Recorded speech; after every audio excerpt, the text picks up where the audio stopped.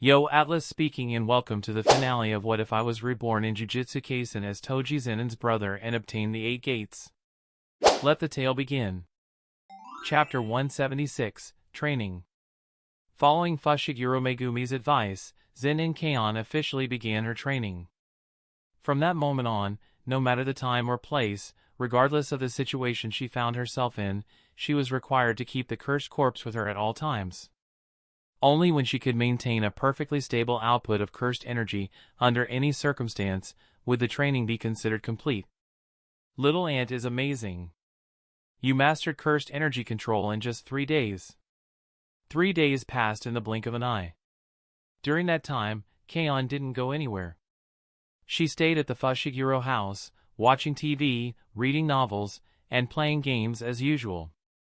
From being relentlessly punched by the cursed corpse at the beginning, she had progressed to the point where, no matter what she was doing, she could keep it permanently asleep. It had only taken her 3 days. After all, she already had a solid foundation. Once she grasped the technique, precise cursed energy control wasn't particularly difficult. Jiro, how long did it take you to achieve precise cursed energy control? Kaon asked. Hearing this, Fushiguro Jiro raised a single finger. 1 year. I trained on and off for a full year before I could control cursed energy accurately, he said honestly. But Dad says precise cursed energy control is just the prerequisite to becoming a good jujutsu sorcerer. Well said. Megumi's voice came from nearby as he walked into the room, a trace of approval on his face. For a sorcerer, cursed energy control is only the foundation, he continued. I thought you'd need more time. Seems I underestimated your talent. Kaon's rate of improvement exceeded even his expectations. But thinking of her parents, it wasn't entirely surprising. Like father, like son. Like phoenix, like heir. Children born of dragons and phoenixes being geniuses was only natural. How does it feel? Megumi asked. Definitely much better than before, Kaon replied thoughtfully. I feel like I can fight for much longer now. She focused inward, sensing the flow of cursed energy within her body. It moved more smoothly than ever before. This is only the first step to becoming stronger, Megumi said calmly. Next, your cousin will teach you the techniques you need for close-quarters combat against other sorcerers. While Megumi could teach hand-to-hand combat, Tsumiki's close-range combat skills surpassed his, making her a far better instructor for this lesson. As for his father, Fushiguro Toji, his close combat ability far exceeded even hers.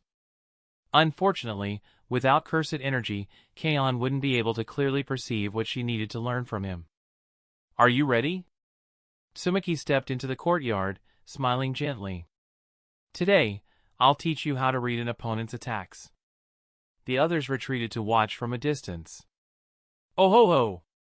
I get to fight Sister Tsumiki? Kaon looked excited. I'm ready! Tsumiki was only a semi-special grade sorcerer. Surely Kaon wouldn't be completely helpless, right? Then I'm starting. Tsumiki's smile remained as cursed energy surged around her body, forming a thin armor-like layer. Her figure blurred. And in an instant, she appeared right in front of Kaon. Cursed energy flowed rapidly through her body as she clenched her fist and struck. Kaon's pupils shrank. So fast. Instinctively tracking the flow of Tsumiki's cursed energy, Kaon raised her right arm to block. Bang! Pain exploded across her left cheek. Her body was sent flying backward. She flipped in midair, landed with one hand on the ground, and quickly pulled away, confusion flashing in her eyes. What? Judging by the flow of cursed energy, the attack should have come from the right. Before she could think further, Tsumiki attacked again, her figure blurring as she explained patiently. This is today's lesson.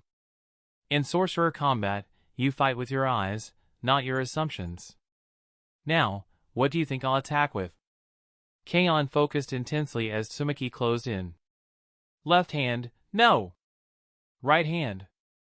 Her senses conflicted. In panic, she raised both arms to defend. Wrong.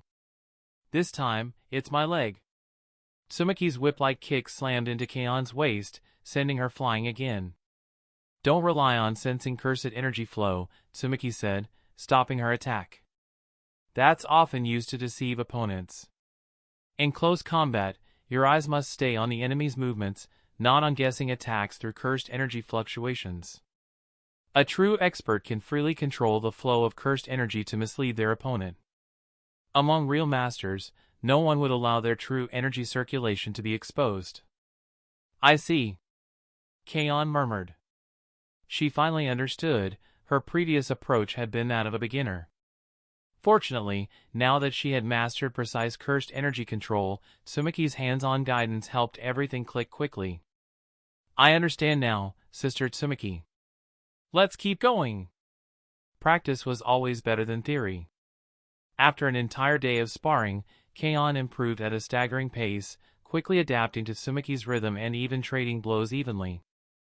From afar, Toji watched quietly. Sorcerers really did grow at a pace people like him, those without cursed energy, could never match. After a brief moment of reflection, he turned away, no longer paying attention. As dusk settled, Kaon felt utterly exhausted. Yet she was happy. The gains from today were enormous. She felt confident that her strength was now on par with a semi-special grade sorcerer. At the very least, she had caught up to Gojo Shinha and Okatsu Kagaya. With more than 20 days remaining, she would keep pushing herself. Her goal was clear, special grade. She knew the others were thinking the same. Even though Teacher Itadori had said the upcoming exchange event was only for friendly competition, losing to aliens still felt embarrassing. I wonder what Ria is doing right now, Kaon murmured. It had only been a few days, but she already missed the little alien girl. At the same time, on a vast open plain, two identical figures stood side by side. Sister, I'll be participating in the exchange event in a month, Ria said softly. As a Earth sorcerer. Is that so? Alice replied calmly, her gaze lingering on the supplies being transported nearby. That's good. Are you surprised? Ria asked, staring at her. Alice's lips curved slightly. You seem to like Earth a lot. Of course. Ria said brightly. Earth is amazing. I've made so many friends, and the food is delicious too. Sister, want to have breakfast together tomorrow? I don't have time for that, Alice replied coolly. If you truly want Sumerian and Earth to coexist, then continue getting along with humans. I will, Ria said firmly. I'll make Sumerian like humans. It's late. Go back, Alice said. Tomorrow, I'll continue training you. Even if you're representing Earth, you must give it everything you have. Of course. Ria smiled brightly. I think Earth will definitely win. Chapter 177, Conspiracy, Council. 30,000 meters above the ground, somewhere within the spacecraft. High Priest, are we really going to make our move during the exchange meeting? One of the Sumerian senior officials spoke cautiously, his expression grave. Isn't this a little too hasty? Hearing this, High Priest Leo smiled faintly. I understand your concern. The failure of our last plan has made everyone uneasy. Gojo Satoru's strength did exceed our expectations. But you must remember, how many sorcerers on Earth are actually on his level? Earth has only 4 special-grade sorcerers. We, on the other hand, have 26 top-tier warriors. After witnessing Fushiguro Megumi's sparring match with Boza's, and Gojo Satoru's overwhelming display during the previous incident, Leo had already roughly assessed the upper limit of Earth's special-grade combat power. At most, it was comparable to Sumerian's elite warriors. Yes, Sumerian had suffered a catastrophic planetary war years ago, leaving only 50,000 survivors. But every one of those survivors could wield cursed energy. The probability of producing warriors among Sumerian vastly exceeded that of Earth. In sheer numbers, both in total combatants and top-tier fighters, Sumerian overwhelmingly surpassed Earth's sorcerer population. Leo acknowledged that Gojo Satoru alone surpassed any individual Sumerian elite warrior. But Earth only had one Gojo Satoru. Strictly speaking, once equipped, every adult Sumerian citizen could become a combatant, at the very least comparable to a Grade 3 or Grade 4 sorcerer. If they launched a sudden assault, there was a high probability of eliminating Earth's sorcerers entirely. And once the sorcerers were dealt with, slowly assimilating the rest of Earth would be far simpler. But another Sumerian official spoke up hesitantly. The leader won't agree to this. And not all warriors will support us. Everyone present understood the reality.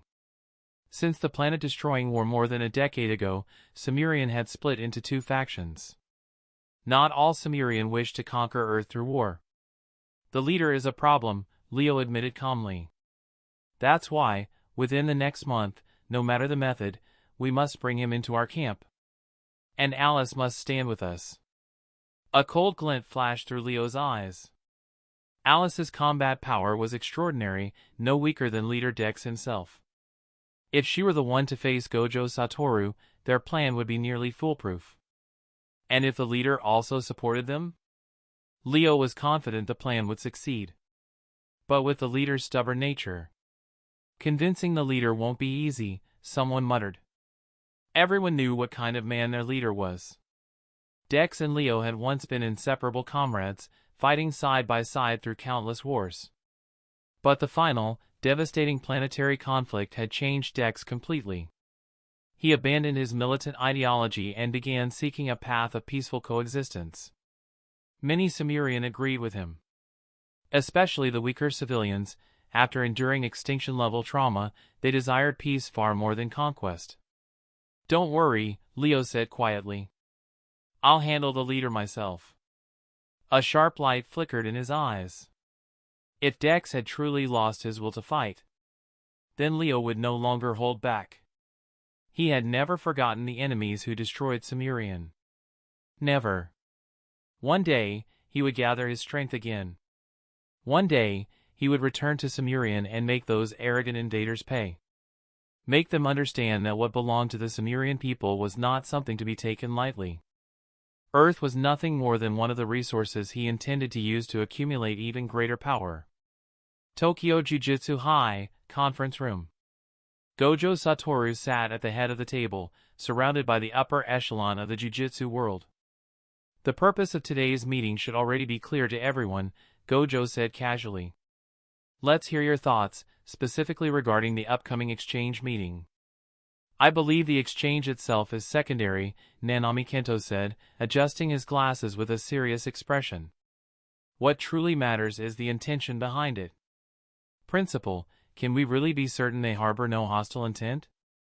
This matter involved the fate of the entire planet and, worse, had forced him to postpone his annual vacation to Malaysia. In his eyes, that alone was unforgivable. This was overtime. That's exactly what we're here to discuss, Gojo replied. Based on the Sumerian people's 2 visits so far, it's clear their internal stance is not unified. Their leader seems genuinely interested in peaceful coexistence. He even sent his daughter to enroll at Jujutsu High. From my direct interactions with him, I can say with confidence, he has no hostility toward humanity. Gojo recalled Dex's demeanor during their meeting. His certainty wasn't blind optimism. However, Gojo continued.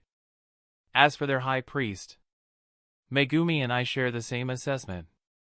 He is most likely the one among the Sumerian people who harbors hostility toward humans. Fushiguro Megumi spoke up immediately.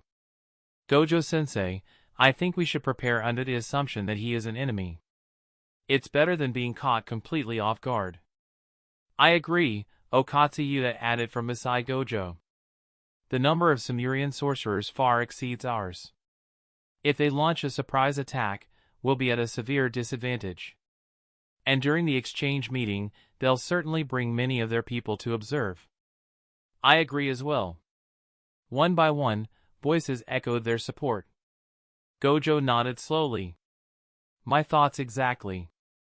When he met Ria's sister, he had sensed genuine danger from her presence alone. Whether coexistence was possible or not was secondary, what mattered was preparation. They could not afford to put themselves at risk. All right, Gojo said. Let's talk specifics. The High Priest strongly insisted that the exchange include combat between top-tier fighters. That's why we've added an adult division. The youth division is simple, 7 participants from each side, team-based combat, following Jujutsu high tradition. As for the adult division, 10 one-on-one matches. Anyone here is free to participate, Gojo added lightly. As long as we win in the end. He had a strong premonition. This exchange meeting would determine how Sumerian and humanity interacted moving forward. Victory would grant leverage, politically, strategically, and psychologically. Based on my investigation, one senior sorcerer said, Sumerian's elite warriors correspond directly to our special-grade sorcerers. With their numbers, they'd likely have several fighters at that level. Under the rule that each participant could only fight once, victory was far from guaranteed. And as the host, Gojo himself could not take the field. Relax, Gojo said with a grin. I'll bring in some retired veterans. If necessary, those old monsters will step back onto the battlefield. His smile widened slightly. Some people had rested long enough. It was time they did something for Earth again. Chapter 178, The Final Shikigami. Ria? What are you doing here? Zen'in Kaon froze when she spotted Ria inside a breakfast shop, genuine surprise on her face. Weren't you training with your sister? I thought you'd already gone back to the Sumerian people's ship. So you're still on Earth? Faced with Kaon's confusion, the woman holding the breakfast bags glanced at her calmly. You've got the wrong person. In the next instant, Alice vanished from the spot. Kaon stood there, completely dumbfounded. Wrong person? She scratched her head in disbelief. What's Ria pulling this time? She was pretty sure she hadn't reached the age where she'd start mistaking people. Same face. Same figure. And she was told she'd mistaken her for someone else? Was this some kind of special training method? Kaon could only shrug and decide to ask Lia about it during the exchange meeting. After a full week of sparring, I've more or less adapted to quasi-special-grade combat intensity, Kaon muttered to herself. Starting today, it's time to focus on the 10 Shadows technique. Her cousin had once told her that the 10 Shadows technique was an ability with the potential to reach the very pinnacle. If she wanted to stand at the top, she had to push it to its absolute limit. What's more, she also possessed Star Rage, an incredibly powerful technique that could be combined with the 10 Shadows. According to her cousin, if she developed both properly, she might even surpass all previous users and become the strongest sorcerer in history. Just thinking about it made her heart race. The strongest sorcerer. If her parents found out that she'd entered the Jujutsu world and, in such a short time, reached that level, they'd probably be so proud they wouldn't be able to stop smiling. They'd praise her endlessly, right? The more she thought about it, the more excited she became. She quickly finished her breakfast, then hurried off without delay to find Fushiguro Megumi and begin what could only be called her final stage of training. Back at the Fushiguro household, Megumi was in the middle of a discussion with Toji when Kaon arrived. Noticing her, Megumi raised a hand and beckoned. Kaon, come here for a moment. What's up? Zen'in Kaon walked over, noticing that her cousin and uncle seemed to be discussing something, which piqued her curiosity. It's like this, Fushiguro Megumi said. For the upcoming exchange meeting with the Sumerian people, uncle and aunt will also be returning to watch. I wanted to let you know in advance so you can be prepared. Megumi was referring to Zen'in Shinsuke and Yuki Tsukumo returning to the Jujutsu world.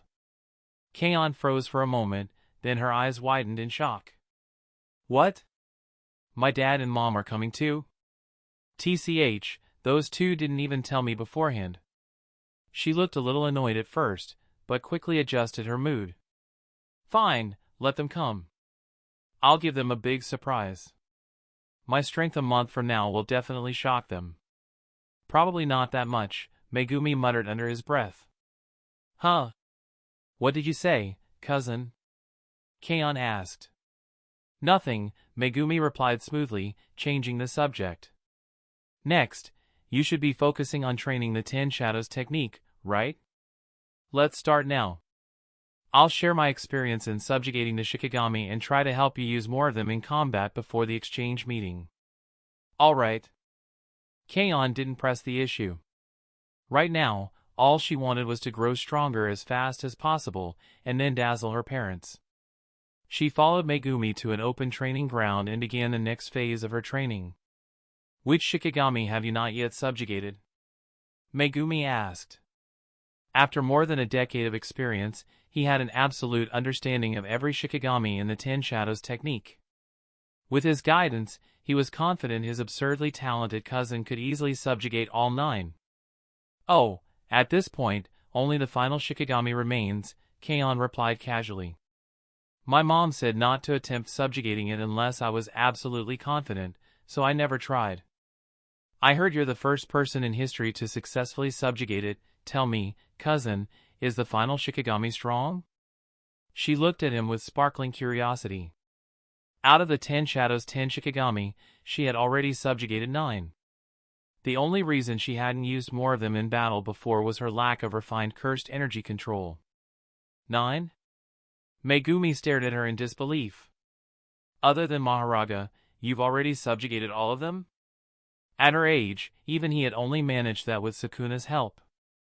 I guess? Keion scratched her head. I didn't think it was that hard. If my mom hadn't stopped me, I would have tried subjugating the final one before even coming to the Jujutsu world.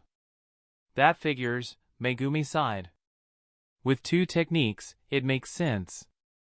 Compared to past 10 Shadows users, subjugating Shikigami would be much easier for you. After all, she also possessed Star Rage. Using that in combination with already subjugated Shikigami made the process significantly simpler. So, Megumi continued, you want to subjugate the final Shikigami, Maharaga? Yes, Keion nodded firmly. I've heard it's incredibly strong. If I succeed, my strength will increase by a huge margin. Megumi nodded. Maharaga is extremely powerful. Throughout the history of the Zen'in clan, not a single head ever succeeded in subjugating it. Even I only managed it due to special circumstances. Without Sukuna, he would have failed without question. What about me? Keion asked, blinking. Do I have a chance? She was different from past clan heads. With 2 techniques, surely her odds were better. Megumi thought for a moment, then nodded. Not only do you have a chance, you have a very high probability of success. I don't know whether Shikigami from the same era are somehow linked, so I won't summon Maharaga to spar with you. Maharaga's abilities are special. It has terrifying regenerative power, but more importantly, it can adapt. In other words, Maharaga can rapidly adapt to an enemy's attack patterns, eventually becoming immune to them. If you want to subjugate it, you must defeat it completely before it adapts to your techniques. Not even fragments can remain. 2 10 Shadows users existing in the same era was already extremely rare, like 2 6 Eyes and Limitless appearing together. So it has to be completely destroyed in one decisive strike? Keion asked thoughtfully. I suggest you first use the 10 Shadows technique to adapt to its combat rhythm, Megumi said. Once you find the right opening, use Star Rage to deliver a single, fatal blow. I understand. Keion nodded firmly. No matter what, she had to try. Then, can I start now? Wait, Megumi said, stopping her. I'll have your uncle come watch as well. If anything goes wrong, he can intervene with external force. He wasn't about to let her risk it alone. Chapter 179, Subjugating Maharaga. Once a subjugation ritual begins, it cannot be stopped. If Zen and Keion were to lose to Maharaga, the only option would be for a third party to intervene and eliminate it. Even as a special grade sorcerer, relying solely on the 10 Shadows technique to deal with Maharaga would be extremely difficult. Uncle? When Keion heard her cousin mention bringing her uncle over, she was instantly confused. Didn't her uncle have no cursed energy? How was he supposed to help? Could it be that Maharaga's weakness was ordinary humans with no cursed energy? Before she could think it through, Fushiguro Megumi had already brought Toji over. Standing at a distance, Toji looked at her calmly. Keion, go ahead. Start the ritual.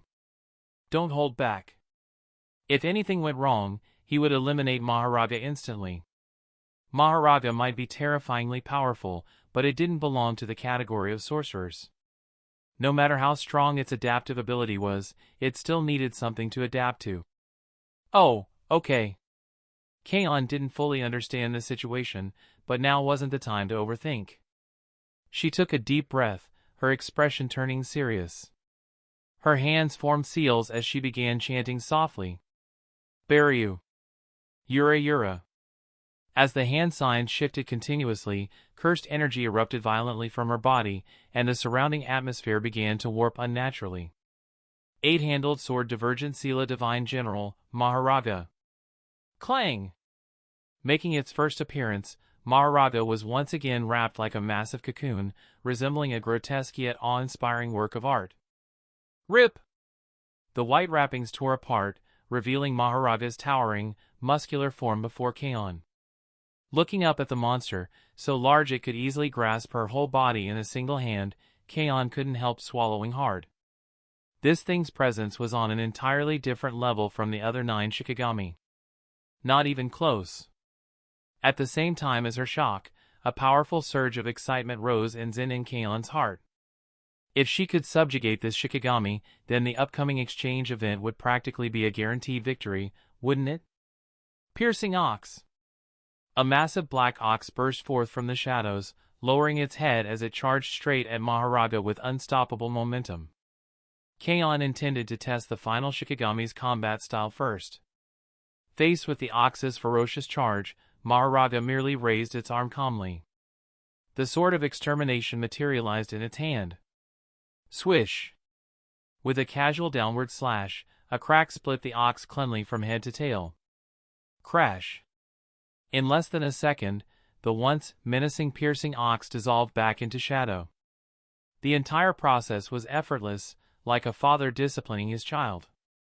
Maharaga fixed its gaze on the one who had summoned it, then opened its mouth as energy surged violently outward.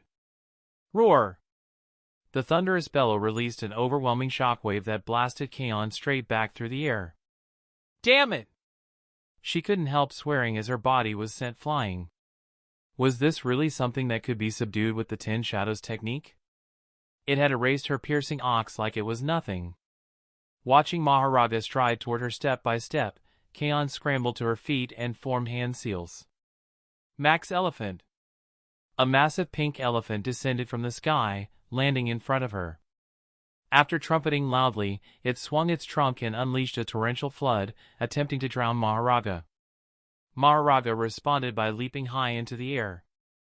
Gripping the sword of extermination, it cleaved downward with terrifying force. Boom! The elephant was split clean in half. The ground itself tore open into a long ravine as the slash continued onward, striking Keion directly. In an instant, a savage wound opened across her body, blood spraying outward. GHH. Keion grit her teeth in pain. Without cursed energy reinforcement, that blow would have crippled her. She had never been injured this badly in her life. Round Deer. She rapidly switched hand signs, summoning Round Deer to heal her wounds. At the same time, she retreated at full speed. The moment her injuries were restored, she dismissed the deer and summoned new, taking to the air. Now she finally understood why no one before her, except her cousin, had ever subdued this final Shikigami. No matter how creatively the 10 Shadows technique was used, Maharaga was simply on a different level, let alone destroying it completely. I have to use Star Rage. Keion made her decision without hesitation. Forming seals midair, she called out, Divine Dogs. A black and a white dog emerged on the ground, weaving together as they charged Maharaga. Maharaga tilted its head slightly, dismissed the sword, bent its knees, and exploded forward. Its massive body carried overwhelming force as its clenched fists smashed toward the 2 dogs. Fortunately, the divine dogs were small and agile, barely managing to evade. Owu! The white dog drew Maharaga's attention while the black dog lunged from the side, claws flashing toward Maharaga's waist. Rip! The strike tore through flesh, carving a bloody hole straight through Maharaga's side. Maharaga's body lurched violently, its balance broken by the impact. Seeing this, Kaon's eyes lit up. As expected, Star Rage hit hard. In the past, she had always applied Star Rage to an entire Shikigami, increasing its overall imaginary mass. But after days of training, she realized that was an enormous waste of cursed energy. This time, she reinforced only the black dog's attacking claws. The result was vastly higher efficiency, less cursed energy consumption, and far greater destructive power. However, just as Kaon felt triumphant, the wound on Maharaga's body healed within moments. At the same time, the halo behind its back began to glow faintly. It was adapting. From the distance, Fushiguro Megumi shouted urgently. Don't give it time to adapt. Use everything you have, finish it now. Got it! Kaon's expression darkened instantly. She commanded Nu to retreat further back as her cursed energy erupted at full force. Rabbit escape! Thousands of rabbits flooded into existence, completely surrounding Maharaga. Seizing the moment, Kaon dismissed every Shikigami except Rabbit Escape. Her body began to fall from the sky. Kill it! She shouted, unleashing all her remaining cursed energy. Star Rage activated. The maximum imaginary mass she could possibly generate was layered onto a single rabbit. Boom! In an instant, countless rabbits were crushed into shadow by an overwhelming gravitational pull. The earth trembled. Grass, sand, and stone vibrated violently. A tiny black point appeared before Maharaga.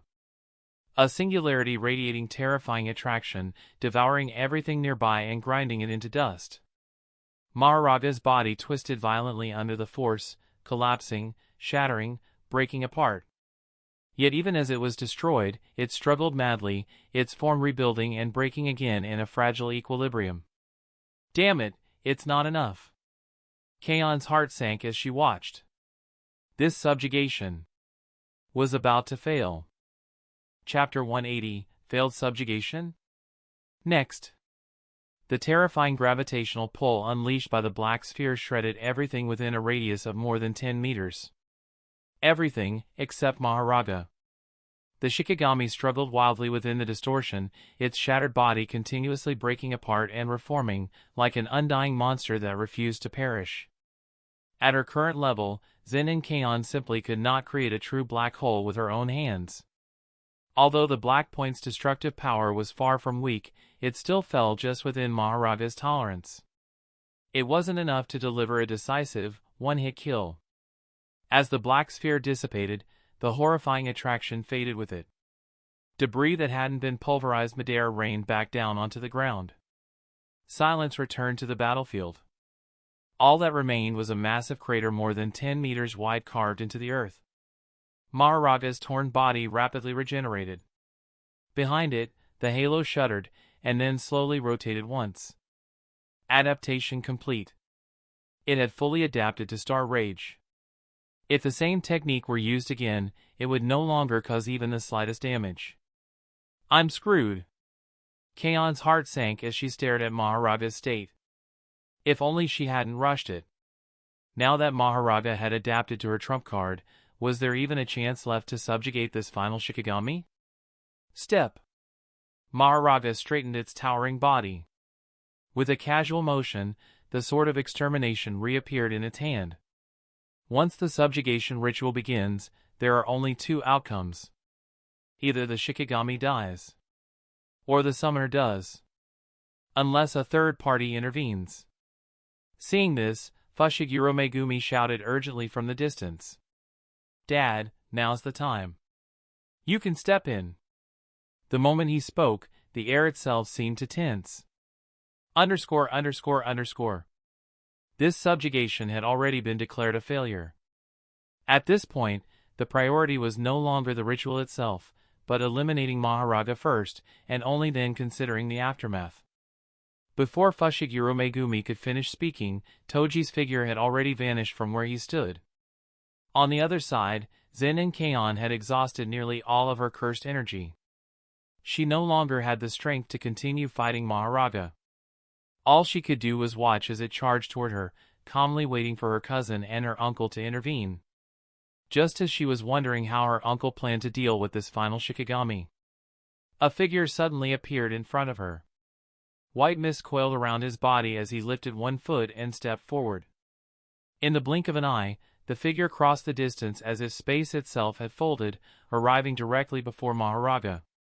Under Kaon's focused gaze, she thought she saw her uncle's back flicker several times, and then vanish completely. Boom! In the next instant, Maharaga's massive body exploded.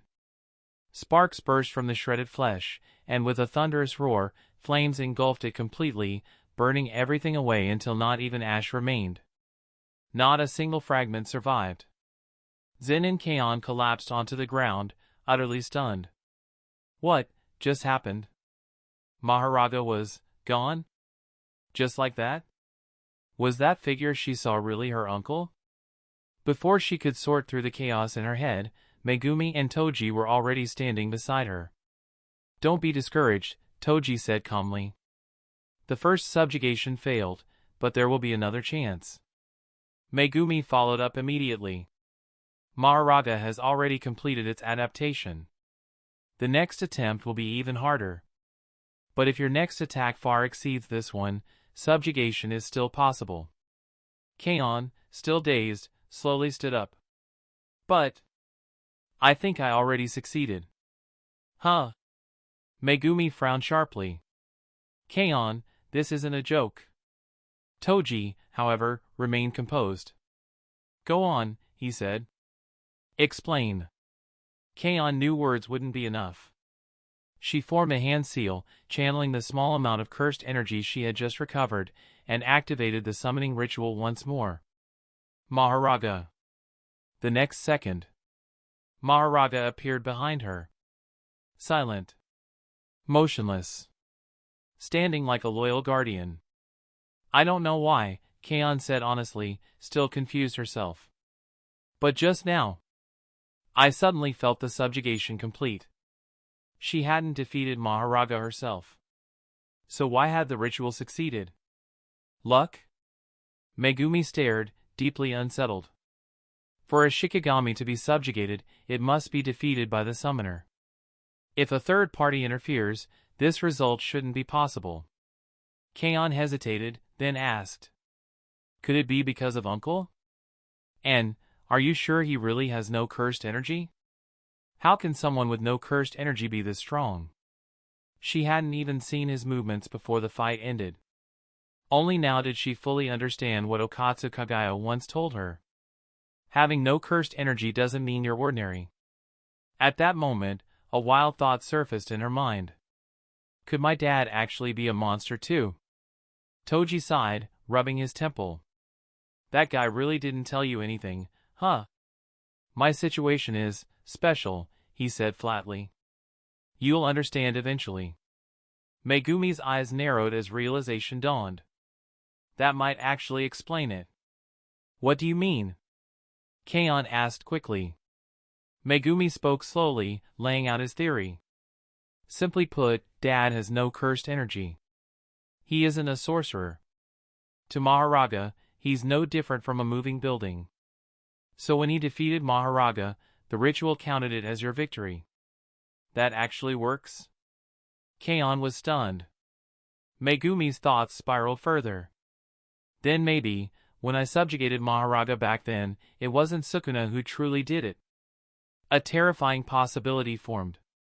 Maybe Sukuna merely suppressed Maharaga temporarily. And the real finishing blow came from his uncle's fists. No wonder no Zen'in had ever managed to subjugate Maharaga.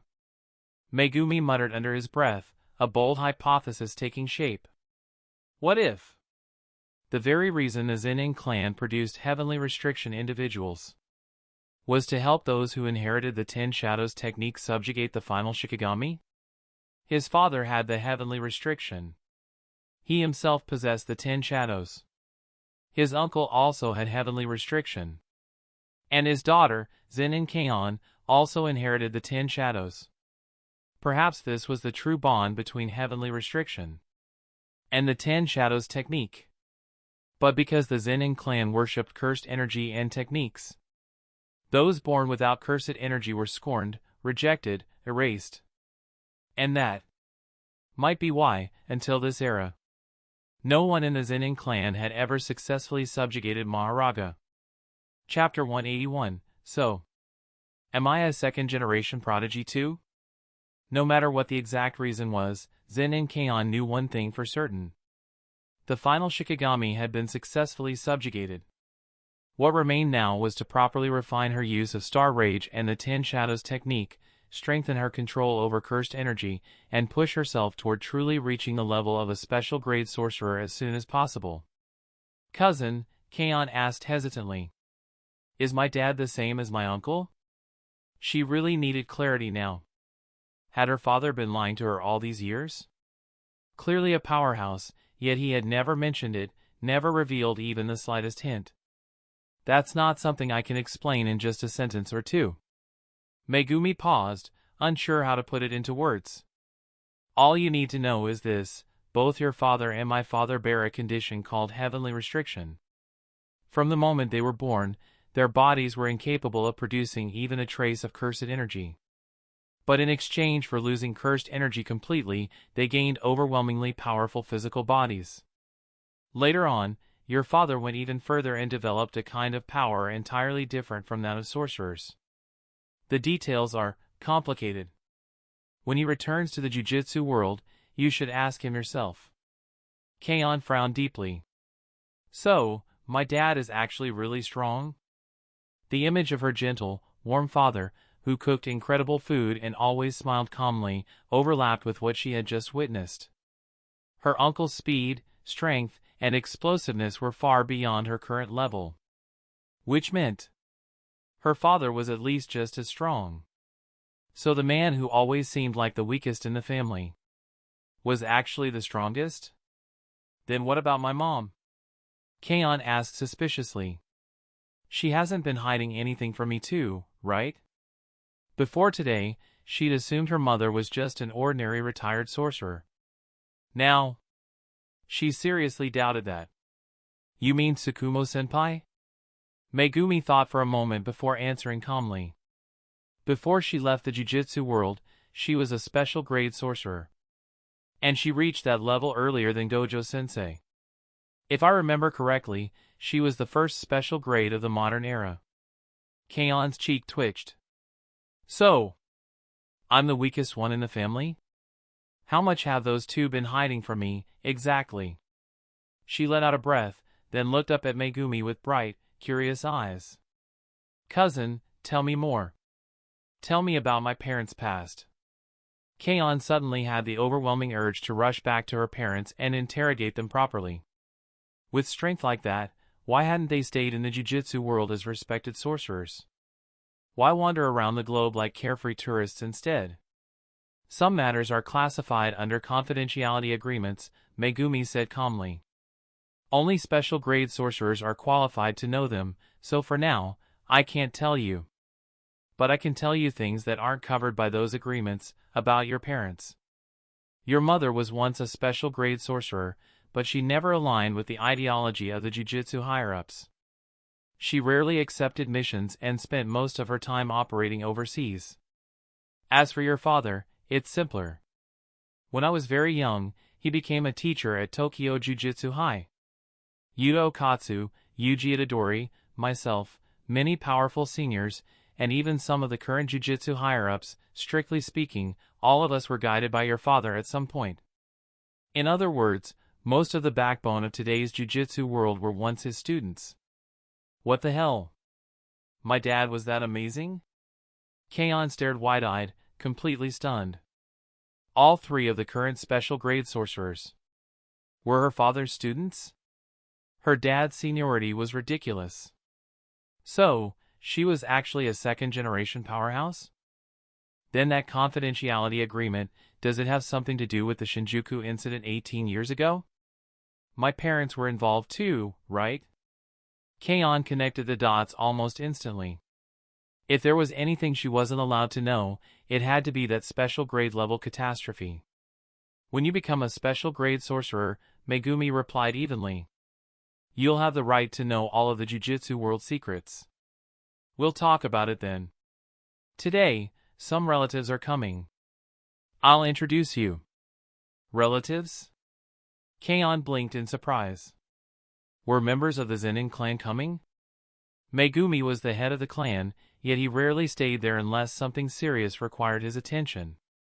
Before they even entered the house, voices drifted in from the courtyard. You're still alive, old man? Humph.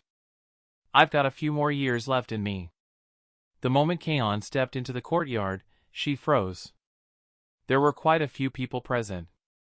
And even some familiar faces. Kagaya? Why are you here? Kaon looked at Okatsu Kagaya standing behind the others, utterly confused. Were they related too? At that moment, everyone turned to look at her. An elderly man with a hunched back, Zen'in Nobito, stared at Kaon with trembling excitement. The wine gourd in his hand shook as he was supported forward by a middle-aged man. Young lady, Nobito asked in a quivering voice. What is your name? Faced with so many gazes, Kaon was momentarily dazed. I'm Zen'in Kaon. Zen'in Kaon, good, good. What a wonderful name. He beamed. Little Kaon, I'm your second great-grandfather. Second great-grandfather. Yes. Nobito answered loudly, his face suddenly flushed with vitality, as if he'd just gained 10 extra years of life. Oi, you old fossil, move aside before you get too excited and keel over. A sharp, capable-looking woman stepped forward, cutting in bluntly. She looked Kaon up and down. Little Kaon, I'm your aunt, Zen'in Maki. Come here. Aunt! Kaon immediately responded and stepped forward obediently. Maki placed both hands on Kaon's shoulders and gave them a firm squeeze, nodding with approval. Good build. But not enough. Train harder from now on. Yes, Aunt. Kaon felt completely overwhelmed. For the first time, she truly understood what oppressive elder presence meant. Brat, what are you hiding back there for? Maki snapped. Get over here and greet your sister. She turned toward the back. Okatsu Kagaya jumped in fright and hurried out from behind Yuta Okatsu, face stiff with embarrassment. Sister, hello. Pfft. Kaon barely held back her laughter. So this guy was her little brother? Hello to you too, little brother, Kaon replied sweetly, deliberately emphasizing the word brother. Kagaya had no way to refute it. Technically, he really was the younger one. They were all first years at Jujutsu High, and he'd never even considered the family hierarchy before. Now, instant social death. Chapter 182, The Sumerian Starfolks Lineup. Don't just stand around in the courtyard, come inside and eat. We can talk while we eat. Kurusu called out from the doorway. Everyone filed into the house and sat together in a circle. After the meal, Zen'in Kaon finally pieced together her relationships with everyone present and found it almost unbelievable. She truly hadn't expected every single one of her relatives to be this terrifyingly capable. The realization brought with it a subtle sense of pressure. More importantly, the man who claimed to be her second great-grandfather had casually handed her the position of next head of the Zen'in clan. And no one objected. Not a single person. She was completely stunned. So, she'd come to the Jujutsu world for training, and casually inherited an entire clan along the way? After that day, Kaon's life entered a brief period of calm. She continued steadily strengthening herself, sparring daily with various top-tier figures. Her progress was visible almost by the day. She also learned how to combine Shikigami from the 10 Shadows technique, creating hybrid summons tailored for different combat scenarios. Time flew by. In the blink of an eye, a full month had passed. The exchange event was now just one day away. The entire Jujutsu world sprang into motion. This exchange was unprecedented in scale. Those qualified to participate were the absolute elites of both sides. Without at least semi-special grade strength, one wouldn't even qualify to step onto the stage. K-On, Megumi said, briefing her carefully. Aside from lacking a fully developed domain, your current strength is already on par with a special grade sorcerer. Perform well in the exchange. After the event, the higher-ups will reassess your sorcerer rankings based on what you show. I understand, K-On replied firmly. We'll secure victory in the youth division. She understood the higher-ups' mindset. This wasn't just a competition, it was a clash between humans and extraterrestrials. Earth couldn't afford to lose momentum. Good. Don't be too nervous, Megumi added. Even if something goes wrong, we're here to back you up. Rest well today. Go in at your best. After finishing his instructions, Megumi left to handle other matters. Across the Jujutsu world, sorcerers began making their way toward Jujutsu High.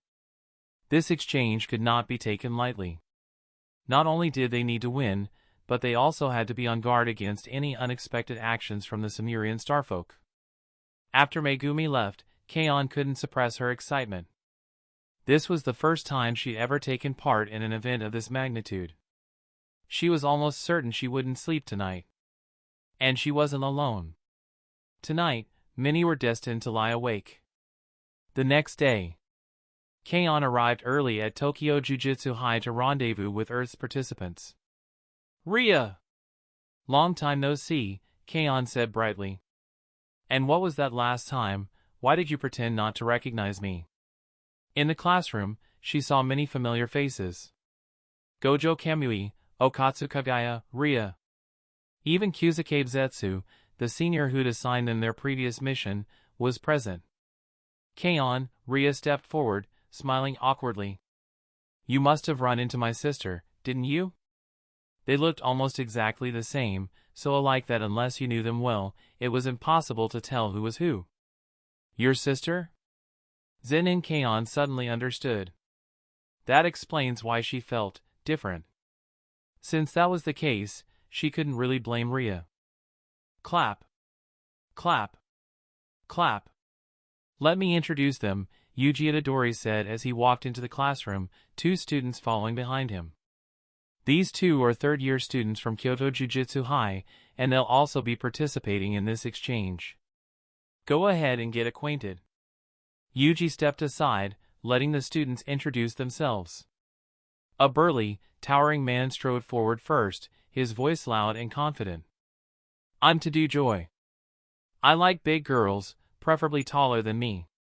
K-On and the others fell silent, momentarily speechless. I'm Kamooka. Compared to Tadu, the narrow-eyed student's introduction was refreshingly normal. After a few minutes of introductions, K-On leaned closer to Okatsu Kagaya and whispered. Kagaya, where are Tokyo Jujutsu High's third years? Kagaya explained quietly. Talented sorcerers are rare. Jujutsu High doesn't recruit students every year. This year, Tokyo Jujutsu High doesn't even have third years. We only have one second-year, senior Kyusuke. Kyoto is similar. They don't have any first years this year. K-On tilted her head. Then why are we first years qualified to compete? What about Kyoto's second years? There were 7 spots total in the youth division. Tokyo alone had 5 participants, one of whom was Ria, an alien. It's simple, Kyusuke Zetsu said lazily. Because you guys are strong. The 7 competitors are just the strongest available. Kyusuke himself had zero interest in this exchange, but the youth division required participants to be under 20. And somehow, among all under 20 sorcerers in the Jujutsu world, he had inexplicably landed in the top 7. He seriously doubted whether he was qualified at all. A minor with no innate technique, entering a match of the scale? Wasn't he just asking to be crushed by aliens? I see. K-On nodded. Sorcerers were already rare to begin with, and powerful ones usually revealed their talent at a very young age. There's still an hour before the match starts, Yuji said. I'll take you to the competition site now. He led the group toward the now familiar mountain range. I met your opponents yesterday, Yuji continued seriously. Let me warn you in advance, their 7-member team includes at least 3 individuals comparable to special grade sorcerers. 3 special grade level opponents? Everyone except Ria was visibly shaken. Is this the true foundation of the Sumerian starfolk? Just among their younger generation, they already had 3 special grade level combatants. If this year's Jujutsu High hadn't also produced several monsters, the youth division would have been a guaranteed loss. My sister told me the same thing, Ria added. By Earth's ranking system, 3 of their team members are special grade level, while the remaining 4 are around semi-special grade. Among the Sumerian starfolk, the likelihood of producing sorcerers was far higher than among humans. Out of 50,000 Sumerians, a few prodigies were inevitable. Unlike humans, where the ability to manipulate cursed energy was extremely rare, Sumerians could control cursed energy from the moment they were born. Ria's right, Yuji said calmly. In terms of overall sorcerer strength, the Sumerian starfolk far surpassed the Jujutsu world. But don't let that scare you. Just do your best. Chapter 183, The Youth Division begins. The number of sorcerers in the Jujutsu world simply couldn't compare to that of the Sumerian starfolk. As a result, both sides were limited to a relatively small number of participants in this exchange. If the number of competitors were increased, the advantage would tilt even further in the Sumerians' favor. After all, the Sumerian starfolk still had many powerful young warriors in reserve. While the Jujutsu world could no longer produce additional young fighters of comparable strength. Don't put too much pressure on yourselves, Yuji Itadori said calmly. The youth division is different from the adult matches. It's not judged purely on combat strength. As you know, the exchange will take place in Tokyo Jujutsu High's dedicated competition zone. Inside the field, we've placed a large number of cursed spirits. There are 50 grade 2 and lower cursed spirits, each one exorcised earns 1 point. There are 10 grade 1 cursed spirits, each one is worth 5 points. Given the scale of this exchange, Yuji continued. We've also sealed 2 special grade cursed spirits inside the battlefield. Whichever team exorcises a special grade will earn 50 points. Altogether, the battlefield contains a total of 200 points. Once all the cursed spirits have been exorcised, the team with the higher total score wins the match and earns 1 major point. As he led everyone toward the waiting room near the battlefield, Yuji explained the rules in detail. Hearing this, Zen'in Kaon raised a question. What does 1 major point mean? Yuji nodded and clarified. After discussions between the Jujutsu higher-ups and the Sumerian leadership, it was decided that the winner of the youth division earns 1 point toward the overall exchange score. Tomorrow, during the adult division, each individual match victory will also be worth 1 point. After all 10 adult matches conclude, whichever side has the higher total score will be declared the overall winner of this exchange. So, Yuji added with a reassuring smile. Don't feel like everything rests on your shoulders. Even if we lose the youth division, we're only down 1 point. Of course, he said lightly. If you win, that's 1 extra point in our favor. Since this matter concerned the fate of the entire Earth, the Jujutsu world naturally couldn't place all the responsibility on the younger generation alone. In the end, the decisive factor would most likely be the outcome of the adult division. So we're only worth 1 point? Kasumi Zetsu's expression immediately relaxed. That's a relief. At least this way, even if he lost, he wouldn't feel too guilty about it. Even if it's only 1 point, I still think we should fight for it, Ria said quickly. Let me tell you something quietly, tomorrow, in the adult division, the Sumerian starfolk will be sending out only their top warriors. In Sumerian terms, their top warriors are equivalent to special grade sorcerers on Earth. She spoke with urgency. And my sister will be participating as well.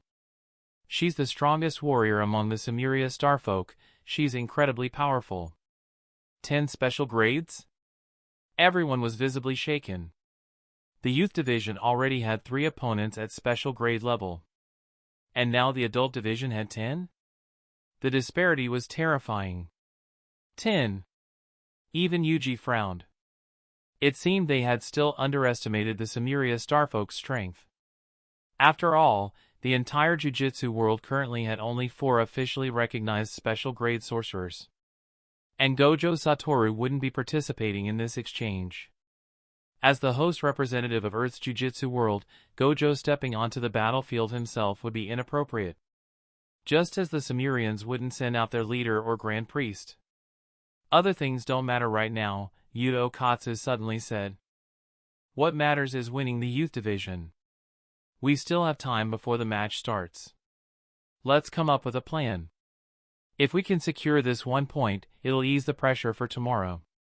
That's right, the others agreed. Let's get this point first. After escorting them to the waiting room, Yuji Itadori turned to leave, adding a final reminder. The Samaria team is waiting at another staging area. Once the match begins, both sides will enter the battlefield through separate entrances. The cursed spirits are randomly distributed throughout the forest. The stronger they are, the deeper they'll be located. With that, Yuji returned to Tokyo Jujutsu High and entered a massive conference hall. A theater-like room already packed with people.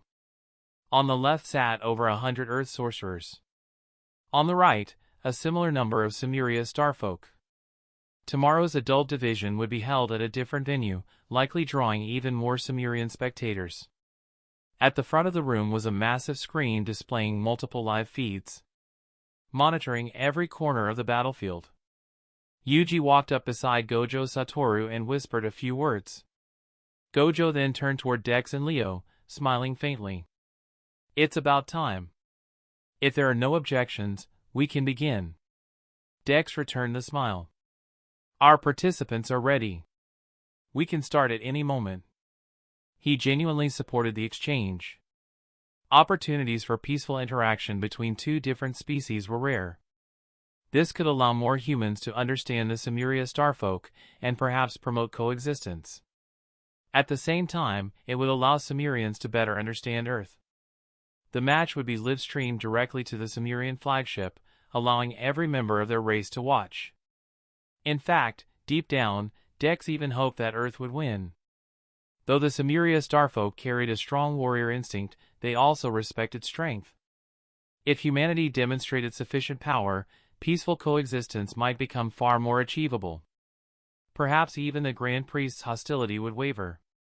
Of course, those were only Dex's thoughts. What Leo truly planned, or believed, remained unknown. Seeing that both sides were ready, Gojo turned to Yutaheim nearby and nodded. Begin. Yutaheim raised the microphone and spoke clearly toward the screen. All participants, please enter the battlefield. The Samaria Starfolk and Earth Jujutsu exchange now begins. Her voice echoed through the battlefield sound system, reaching every competitor.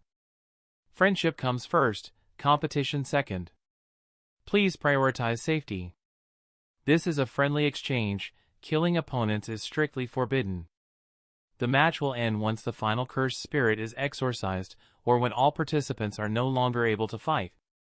As the rules were announced, the participants had already entered the battlefield. Their figures appeared one by one on the massive screen.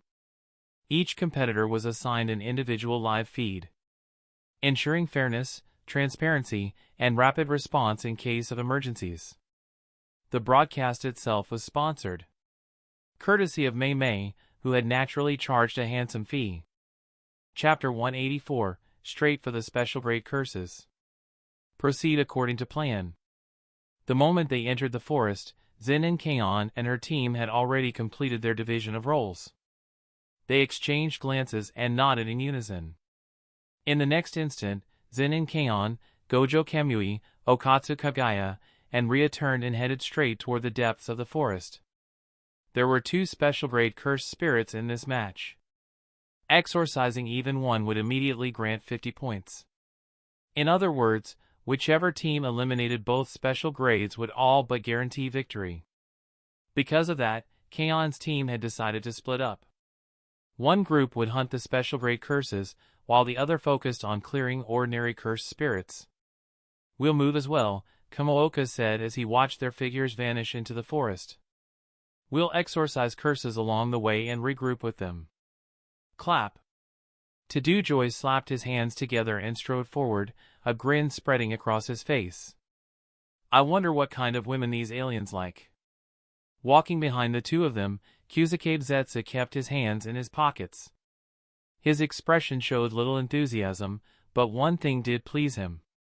He hadn't been assigned to deal with special grade curses.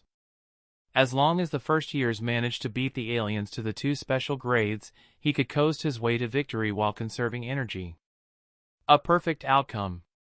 You first years better pull through, he thought silently. At the same time, the Samiria Starfolk team had come to the exact same conclusion. Eliminate the special grade curses first. Among them, Boza stepped forward and stared toward the forest depths.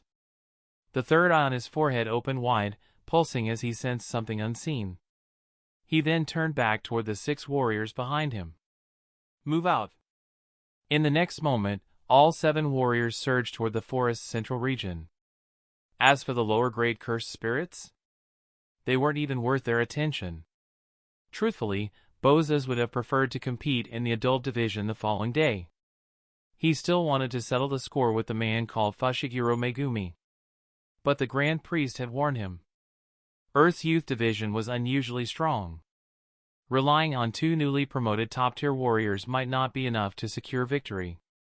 And so, as a veteran top-tier warrior who had just turned 20, Bozas was assigned to the youth division instead. Among the 3 top-tier fighters on the Sumerian team, he was the strongest. With 3 top-tier warriors and 4 teammates on the verge of becoming top-tier, this lineup should have been more than enough to secure an easy victory in the youth division. At this moment, Zen'in Kaon and her team had no idea that all 7 Samiria Starfolk fighters were converging on the same target. Those in the observation room, however, could clearly see everything happening on the battlefield. When the Jujutsu sorcerers realized that all 7 Samiria warriors were heading straight for the special grade curses, a sense of unease immediately spread. Do they have some kind of detection type ability? If so, those kids are going to be in real trouble. Sitting beside Gojo, an elderly man with graying hair watched the screen with a faint smile. Principal Yaga, you're already at that age, why are you still getting involved in this stuff? From the row behind him, Amanai Riko teased, did Gojo drag you here as free labor again?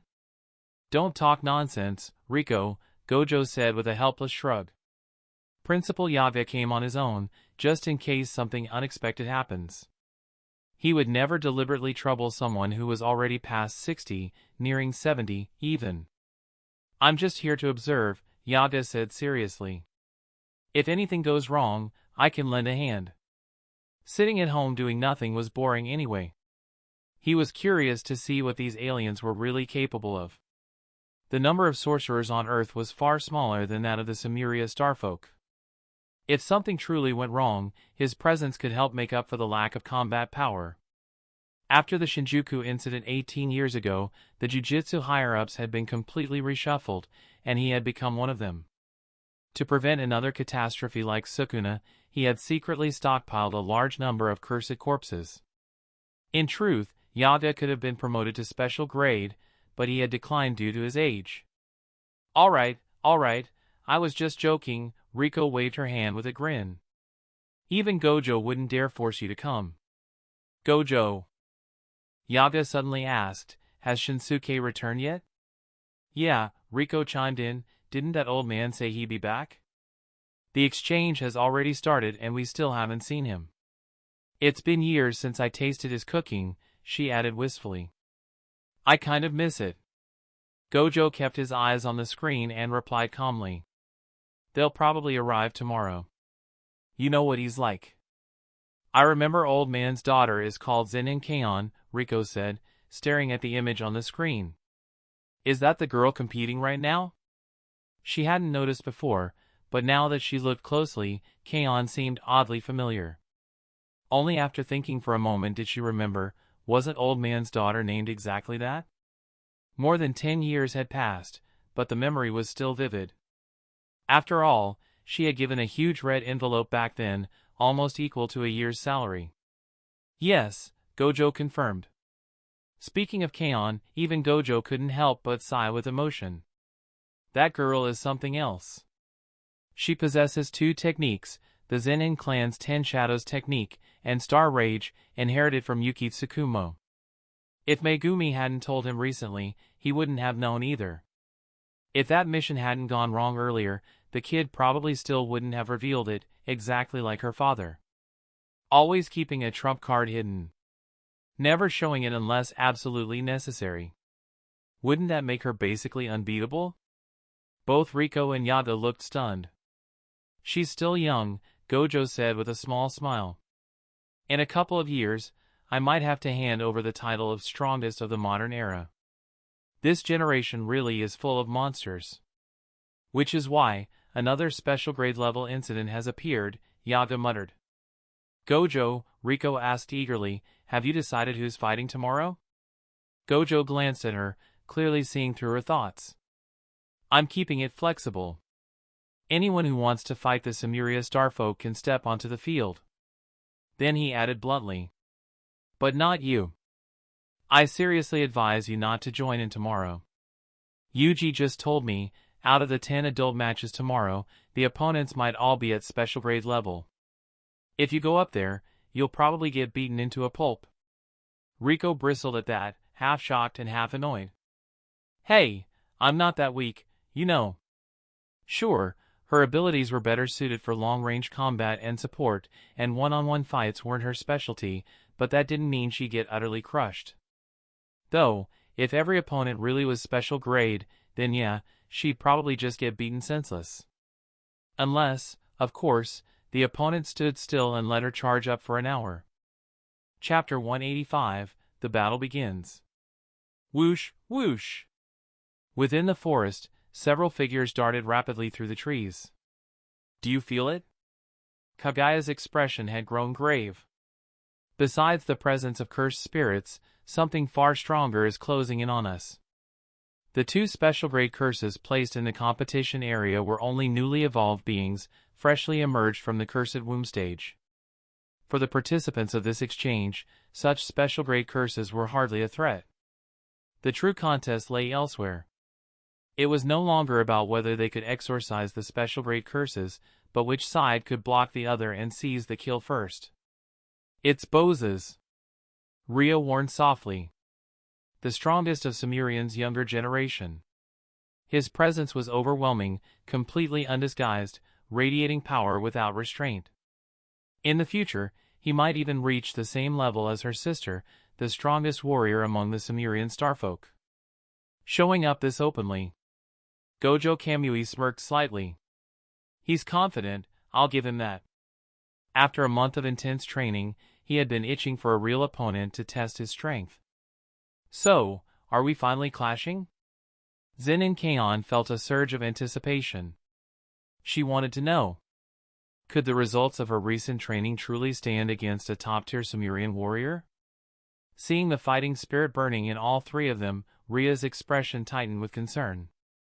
Shouldn't we deal with the curses first? She said cautiously. If we clash with them now, both sides might end up badly wounded. The forest grew heavier with pressure. The battle was about to begin. If this drags on, both sides might end up wiped out by the two special grade curses. Judging by the situation, Gojo Kamui said, a faint gleam flashing in his eyes as he focused on the distant movement. They're not going to let us exorcise the curses that easily. They're already here. Whoosh, whoosh, whoosh. 7 figures burst out from the depths of the forest, arriving before them in an instant. Bozes swept his gaze across the group, finally stopping on Ria. He didn't speak. He already knew she would be representing the human side in this match. You three, go deal with the curses, Bozes ordered calmly. The rest of you, stay with me and hold them back. Without wasting words, he pointed out 3 Sumerian warriors to handle the special grade curses, leading the 4 strongest behind to block the Earth team. Yes. The 3 selected warriors immediately broke formation and rushed toward the curses. Seeing this, Kagaya struck first. His figure blurred as he intercepted them, the long blade in his hand erupting with violent cursed energy as he swung. A razor-sharp arc tore across the ground, cursed energy surging straight toward the 3 Sumerian warriors. They all retreated at once, narrowly dodging the strike. "So all 7 of you came straight here," Kaguya said coldly. "Trying to secure the special grade kills first? Don't think we'll let you pass that easily. 4 of you plan to stop 7? Bozas replied coolly. "Do you really think that's possible? Move!" With a single command, Bozas and 3 of his teammates charged forward at the same time. One of the top-tier warriors veered toward Kaguya. "I'll handle him. The rest of you, secure the points." "This is getting bad," Zen'in Kaon muttered. "Rhea, protect yourself."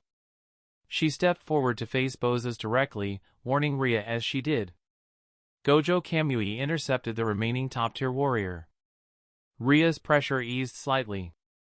After training under Alice, she could at least hold her own for a few exchanges, and given her identity, the Sumerian warriors wouldn't dare seriously injure her under public scrutiny. The battlefield was instantly split. Kaon's group was pinned down, while 3 Sumerian warriors remained free to hunt the special grade curses. If those 2 curses were exorcised first, the sorcerer's defeat would be almost guaranteed. Facing Boz's overwhelming pressure, Kaon clenched her fist and charged straight at him.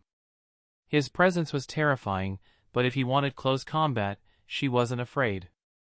Boz's froze for a moment. A girl, charging him head-on with her fists? So Earth's young sorcerers were this ferocious? The muscles in his arms swelled as he met her attack.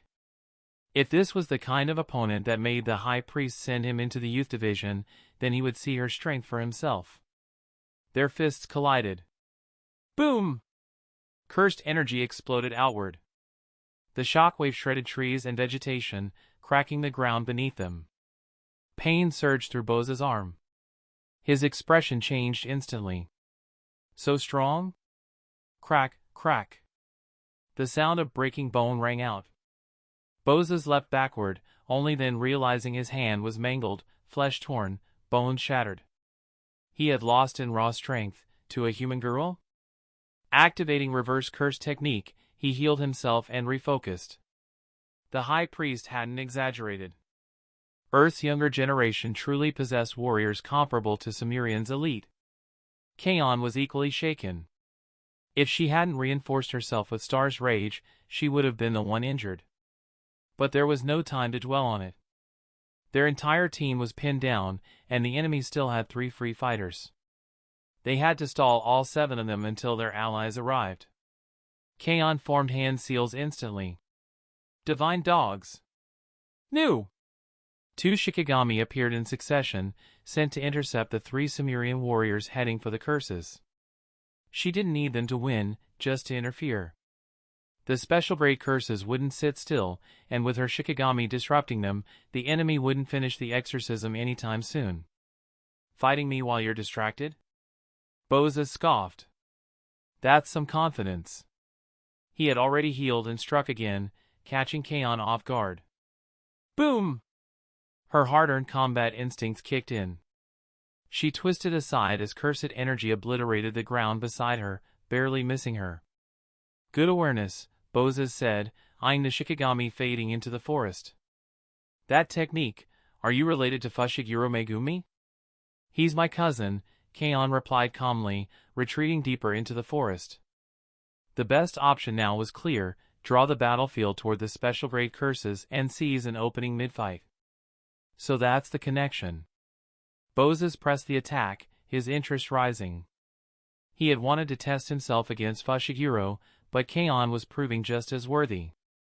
Elsewhere, To-Do Joy's group had already exorcised several curses.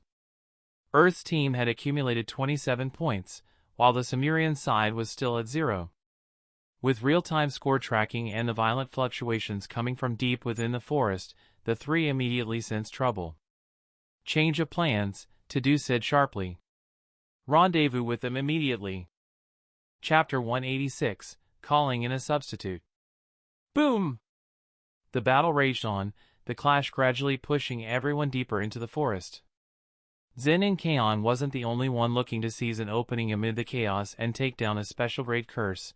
Boza's side was thinking the exact same thing. Once they entered the special grade's territory, the fight would escalate yet again. Boza's deliberately slowed his attacks, subtly guiding the battlefield toward the curse's domain. With 7 people on his side, their chances of exorcising the curse were far higher than theirs. So it was intentional, Kaon realized. She darted through the trees, arriving in an open clearing. A shallow stream flowed beside her, and the air itself was thick with a terrifying presence. She had entered the special grade's hunting ground.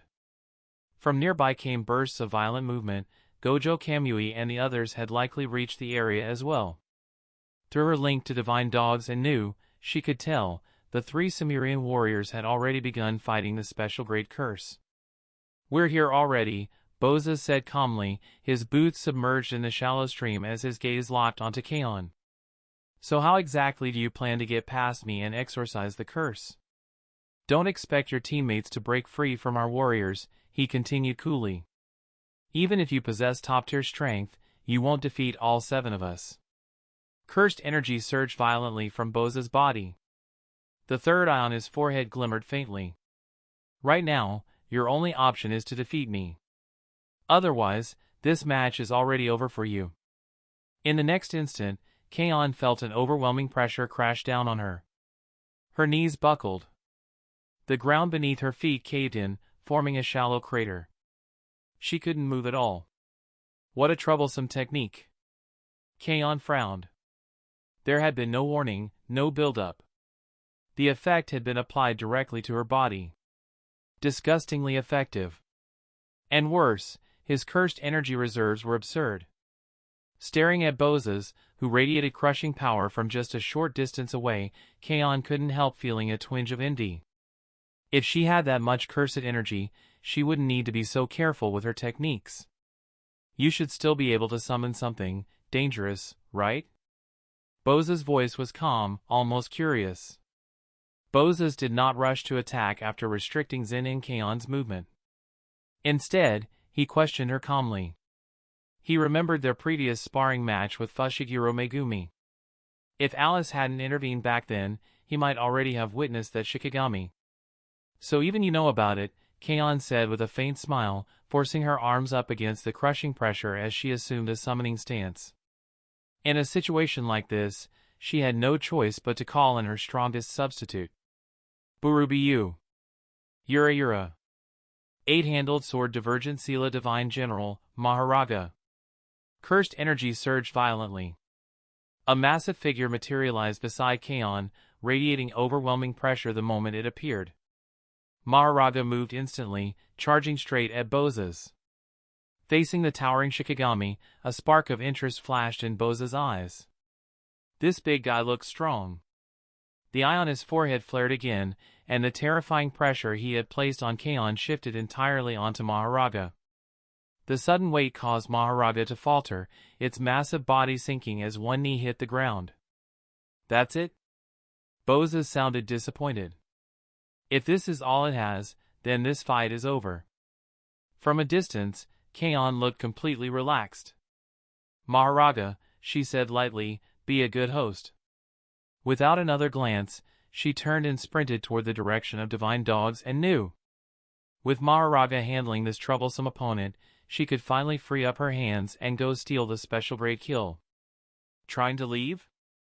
Boza's raised his palm toward her, preparing to activate another technique. But in the next instant, a massive white figure filled his vision. His pupils contracted. Before he could react, the sword of extermination cleaved through half his body. Slash! The sheer force sent Boza's flying, smashing through several trees before finally coming to a stop. Moments later, he stood back up. The horrific gash across his chest began regenerating rapidly. He stared at Maharaga, frowning. What was going on? His pressure wasn't working anymore. Unwilling to believe it, Boza's opened the eye on his forehead wide, pouring out an even greater volume of cursed energy. The crushing force slammed down on Maharaga once more. But Maharaga didn't slow in the slightest. Its body coiled like a drawn bow, charging forward like a feral beast. Pressure-based techniques were simply too easy for it to adapt to. Bozos had no time to think about how Maharaga was ignoring his technique. He stepped forward and met the attack head-on. Boom! Their fists collided in a blur, one towering, one compact. The shockwaves obliterated the surrounding trees and shattered the ground. The two figures clashed through the forest, leaping from earth to sky and crashing back down again. After images slammed together repeatedly, the explosive sounds guiding to Do Joy and the others straight to the battlefield. Are we really supposed to get involved in that? Kyuzuke muttered, feeling the violent cursed energy rippling from afar. Suddenly, exorcising low-level curses on the outskirts didn't sound so bad. As if. This kind of fight is way more exciting. To-Do grinned, veins bulging as he accelerated forward. Kamooka followed, shrugging. Well, nobody's dying. Might as well try. If we win, it's glory for Earth. TCH, leave the glory to the adults, Kyuzuke sighed. Still, since this was only an exchange match, he steeled himself and followed. If this were a real battlefield, he'd already be hiding somewhere far away. At the same time, the Sumerian spectators were stunned. Bozos, being held back by a summoned creature, and seemingly unable to break through. Well now, Leo said with a narrowed smile, sounding almost amused. This is different from what we were told last time. That's my cousin, Fushiguro Megumi replied casually. She lived overseas with her parents and only joined the Jujutsu world recently. Even I was shocked when I learned about her talent.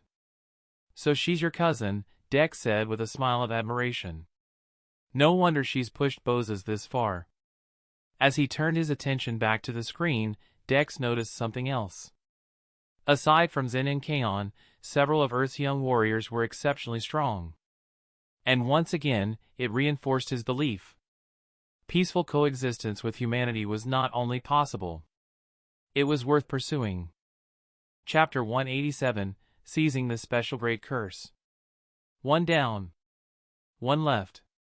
By the time Zen and Kaon burst into the territory of the Special Great Curse, her Shikigami, divine dogs and Nu, had already dissipated into shadow. One of the Special Great Curses had been completely torn apart, its remains reduced to raging violet flames that burned away into nothingness. All that remained was a humanoid Special Great Curse. And 3 Sumerian warriors standing around it. Kaon's sudden arrival made the 3 warriors halt their assault at once. Their attention shifted simultaneously toward her. A female Sumerian warrior frowned slightly, surprise flashing through her eyes. Did Bozos lose? That's impossible, one of the others immediately shot back. Brother Bozos is far too strong. There's no way he was defeated. I can still sense his presence, the third added calmly. He's probably been held back by something. The female warrior took a step forward, studying Kaon closely. My name is Yuno, she said. With just you alone, there's no way you're stealing our prey from the 3 of us. Kaon straightened, her gaze steady and fearless. My name is Zen'in Kaon, she replied. The future's strongest jujutsu sorcerer. She looked past them, to the remaining Special Great Curse. And that one? It's mine. Kaon's eyes burned with resolve. They had to win this match. Hearing that, Yuno stopped talking.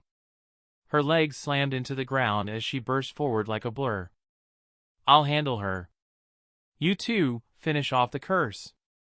The 2 Sumerian warriors moved in perfect coordination, charging straight toward the humanoid Special Grade Curse. 2 warriors at quasi-special grade level dealing with a single Special Grade Curse. That should have been easy. Seeing this, Kaon surged forward, her hands flashing through seals at blinding speed. Nu. Great Serpent. Round Deer. Merge Beast Agito.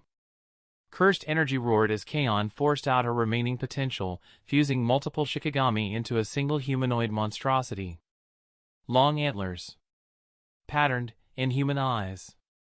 Razor-sharp claws radiating crushing pressure. The beast planted itself in front of Kaon and swung a massive claw at Yuno. Bang!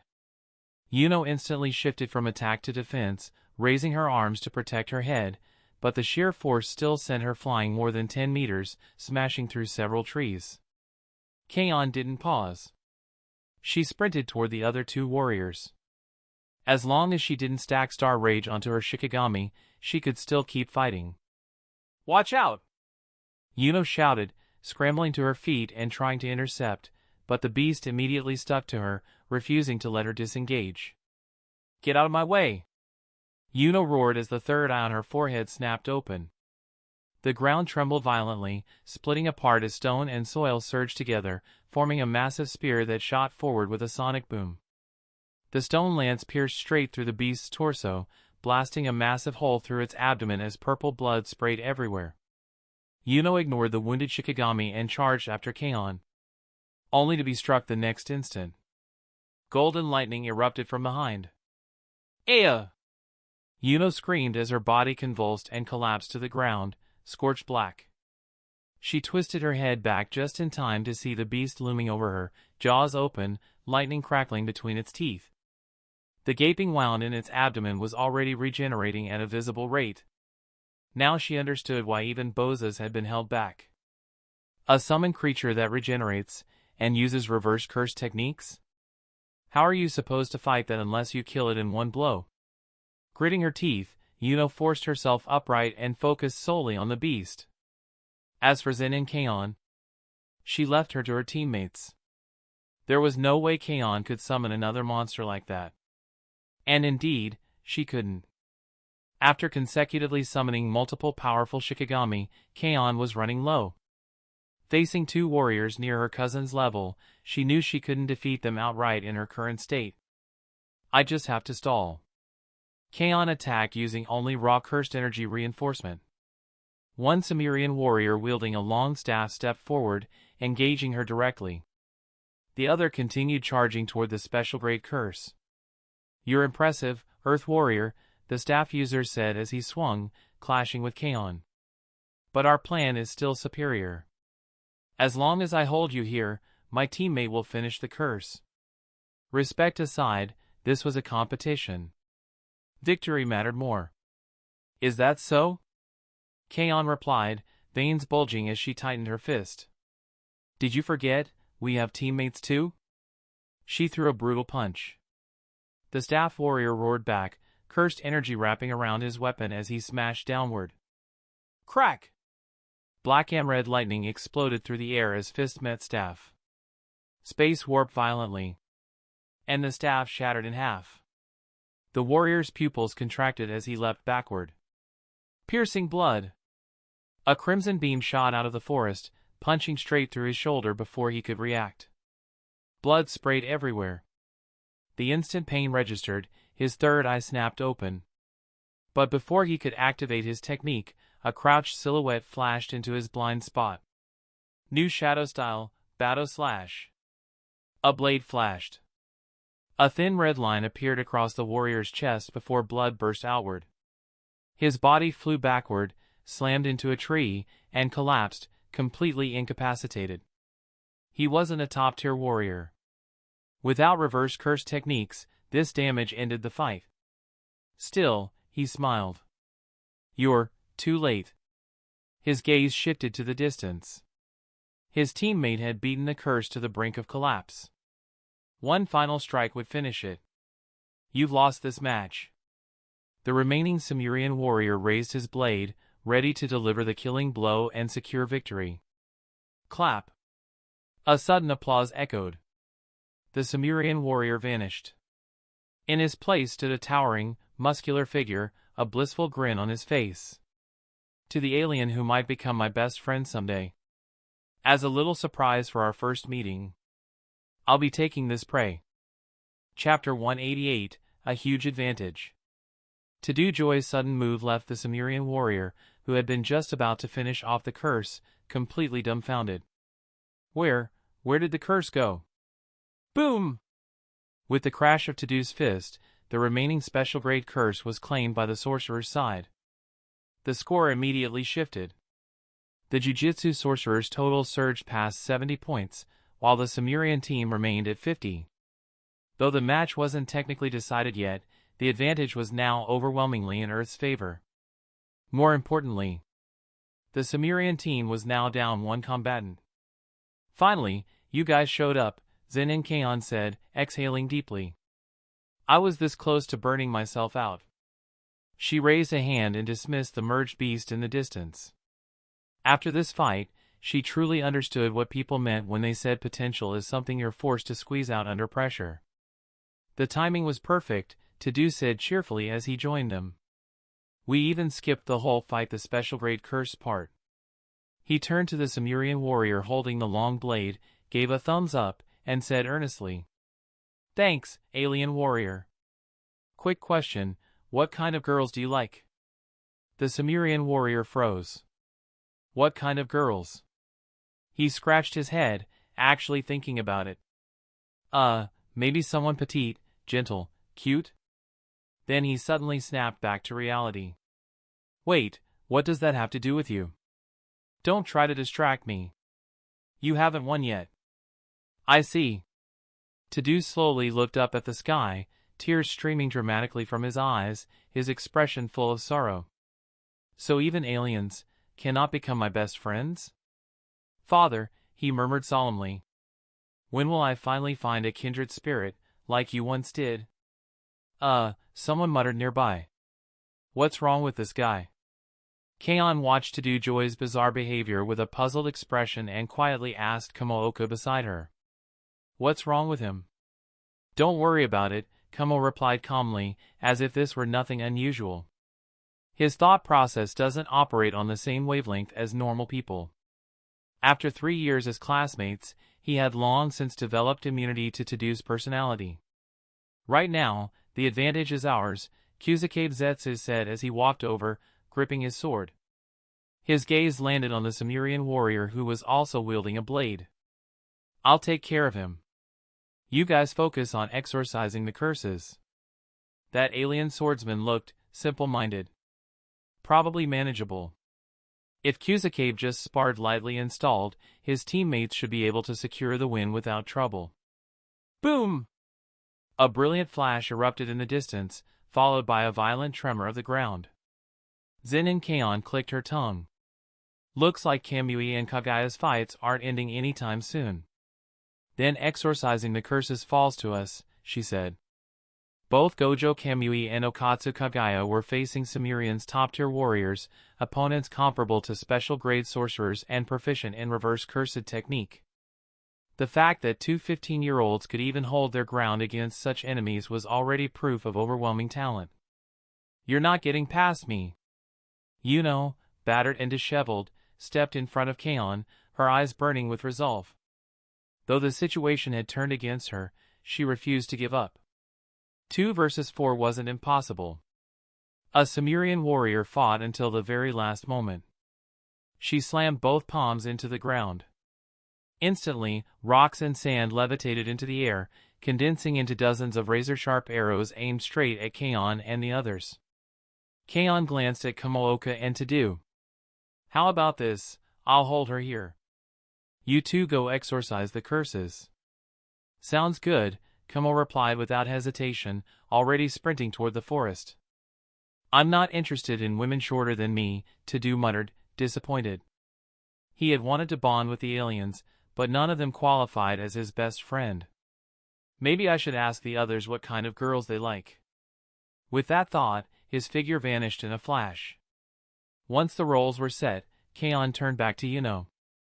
Let's continue where we left off. Humph. Don't celebrate too early, the match isn't over yet. Yuno snorted coldly, sending the stone arrows hurtling forward. Kaon weaved through the barrage, dodging at high speed as she closed the distance. Even so, the density was overwhelming, several arrows grazed her, leaving shallow cuts. Still, she reached Yuno. She leapt high into the air, her small fists swinging down, muscles sharply defined beneath her skin. Yuno remained calm. Her forehead eye flared as the earth in front of her surged upward, forming a thick earthen wall. You think that'll stop me? Kaon's gaze sharpened. Cursed energy exploded around her fist as she punched forward. Boom! The wall shattered instantly, as if crushed by a mountain. The shockwave cracked the surrounding ground into spiderweb patterns and blasted Yuno backward. How is that possible? Before Yuno could finish her thought, Kaon was already beside her. Her fist opened into a palm, chopping cleanly into Yuno's neck. Smack! A violent shock surged through Yuno's nervous system, and she collapsed unconscious. Kaon checked her breathing, then relaxed slightly. Good. I held back. Another layer of power, and it might have been fatal. She glanced at the score display on her wrist. Earth, 90 points. Sumerian, 50 points. Just 11 more points to secure victory. Feeling the tension lift, Kaon decided to check on Ria's situation. The others could handle themselves now. At the same time, Kaon had no idea that the Maharaja she summoned was driving Bozas to the brink of madness. Boom! On another battlefield, Bozas stood bare-chested, black markings blazing across his body. The twin black horns on his head compressed enormous cursed energy into a dark red beam that twisted space itself as it blasted toward Maharaja. The attack punched a massive hole through Maharaja's body, leaving only its head and lower half intact. Yet in the next instant, multicolored light surged across Maharaja's form. Its shattered body regenerated completely, larger, denser, and somehow even more oppressive than before. Bozas fell silent. Chapter 189, Victory for the Youth Division. Bozas stared at the Maharaja before him, utterly at a loss for words. He couldn't kill it. He couldn't shake it off. And its combat power was absurdly overwhelming. After such a prolonged battle, he finally understood the nature of this monster's ability, adaptation, an exceedingly rare and terrifying trait. Every rotation of the halo behind Maharaja's back marked its complete adaptation to one of his attacks. To defeat it, one would need a brand new technique, powerful enough to kill it in a single strike. Otherwise, victory was impossible. Unfortunately, he had realized this too late. Every technique he could use had already been adapted to. At this point, there was no way for him to win. Noticing the score ticking upward, Bozas knew the truth. The outcome of the youth division match was already decided. There was no chance of a comeback. Still, losing the youth division wasn't entirely meaningless. At the very least, he now understood the Shikigami's ability. Tomorrow, in the adult division, if Fushiguro Megumi were to take the field, they could assign a warrior equipped with proper countermeasures. Elsewhere, when Zen and Kaon finally found Ria, the girl was completely exhausted, slumped against the roots of a massive tree. Her appearance was messy and battered, clearly at her limit. Meanwhile, the Sumerian warrior who had been fighting her was now locked in a furious fistfight with the inexplicably arrived To-Do Joy. Best friend! To-Do roared as his fists blurred into afterimages, laughter filling his face like a madman. Your punches disappoint me. This can't be all you've got. Unleash your full potential. The Sumerian warrior's forehead veins bulged. Who the hell is your best friend? Are you insane? He had been on the verge of defeating Ria when this human gorilla suddenly appeared out of nowhere, asking him, of all things, what kind of girl he liked. He had casually answered, big-bodied, and that single sentence seemed to flip some kind of switch. Since then, To-Do had launched into an all-out assault, grinning like a deranged fanatic while pummeling him non-stop. Best friend! To-Do shouted again, eyes blazing. Let us evolve together. No matter what the opponent said, To-Do Joy completely ignored the Sumerian warrior's protests, immersing himself in the bliss of having found a best friend. Watching this scene, Kaon's cheek twitched slightly. Doesn't this guy seriously need to see a psychiatrist? After muttering her complaint, she quickly moved to support Ria, checking her condition. I'm fine, Ria waved her hand weakly.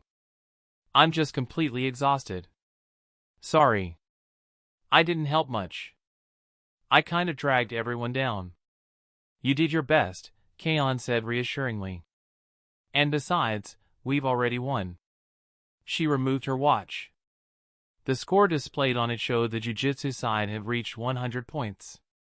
The next second, it ticked up to 101. The match was officially over. Elsewhere, Gojo Kamui was still locked in an intense battle with his opponent. "This is it," he laughed, exhilarated. "I really have to thank you for pushing me this far." He raised his arm, forming his fingers into the shape of a gun and aimed at his enemy. Under the crushing pressure of a true special-grade opponent, he finally grasped the deeper essence of cursed energy, stepping into an entirely new realm. A dark red glow ignited at his fingertip. Terrifying energy gathered, tinting the surrounding world crimson. Gojo Kamui was ecstatic. So this is the reverse curse technique. The world suddenly feels clearer. Simpler. At that moment, he felt invincible. Curse technique reversal. Across from him, the Sumerian top-tier warrior sensed real danger. This attack was no joke. But before Gojo Kamui could fire his first reverse technique, a loud voice echoed throughout the forest. The youth division match of the Jujutsu Sumerian Exchange hereby concludes. Winner, the Jujutsu Sorcerer team. The announcement froze everyone in place.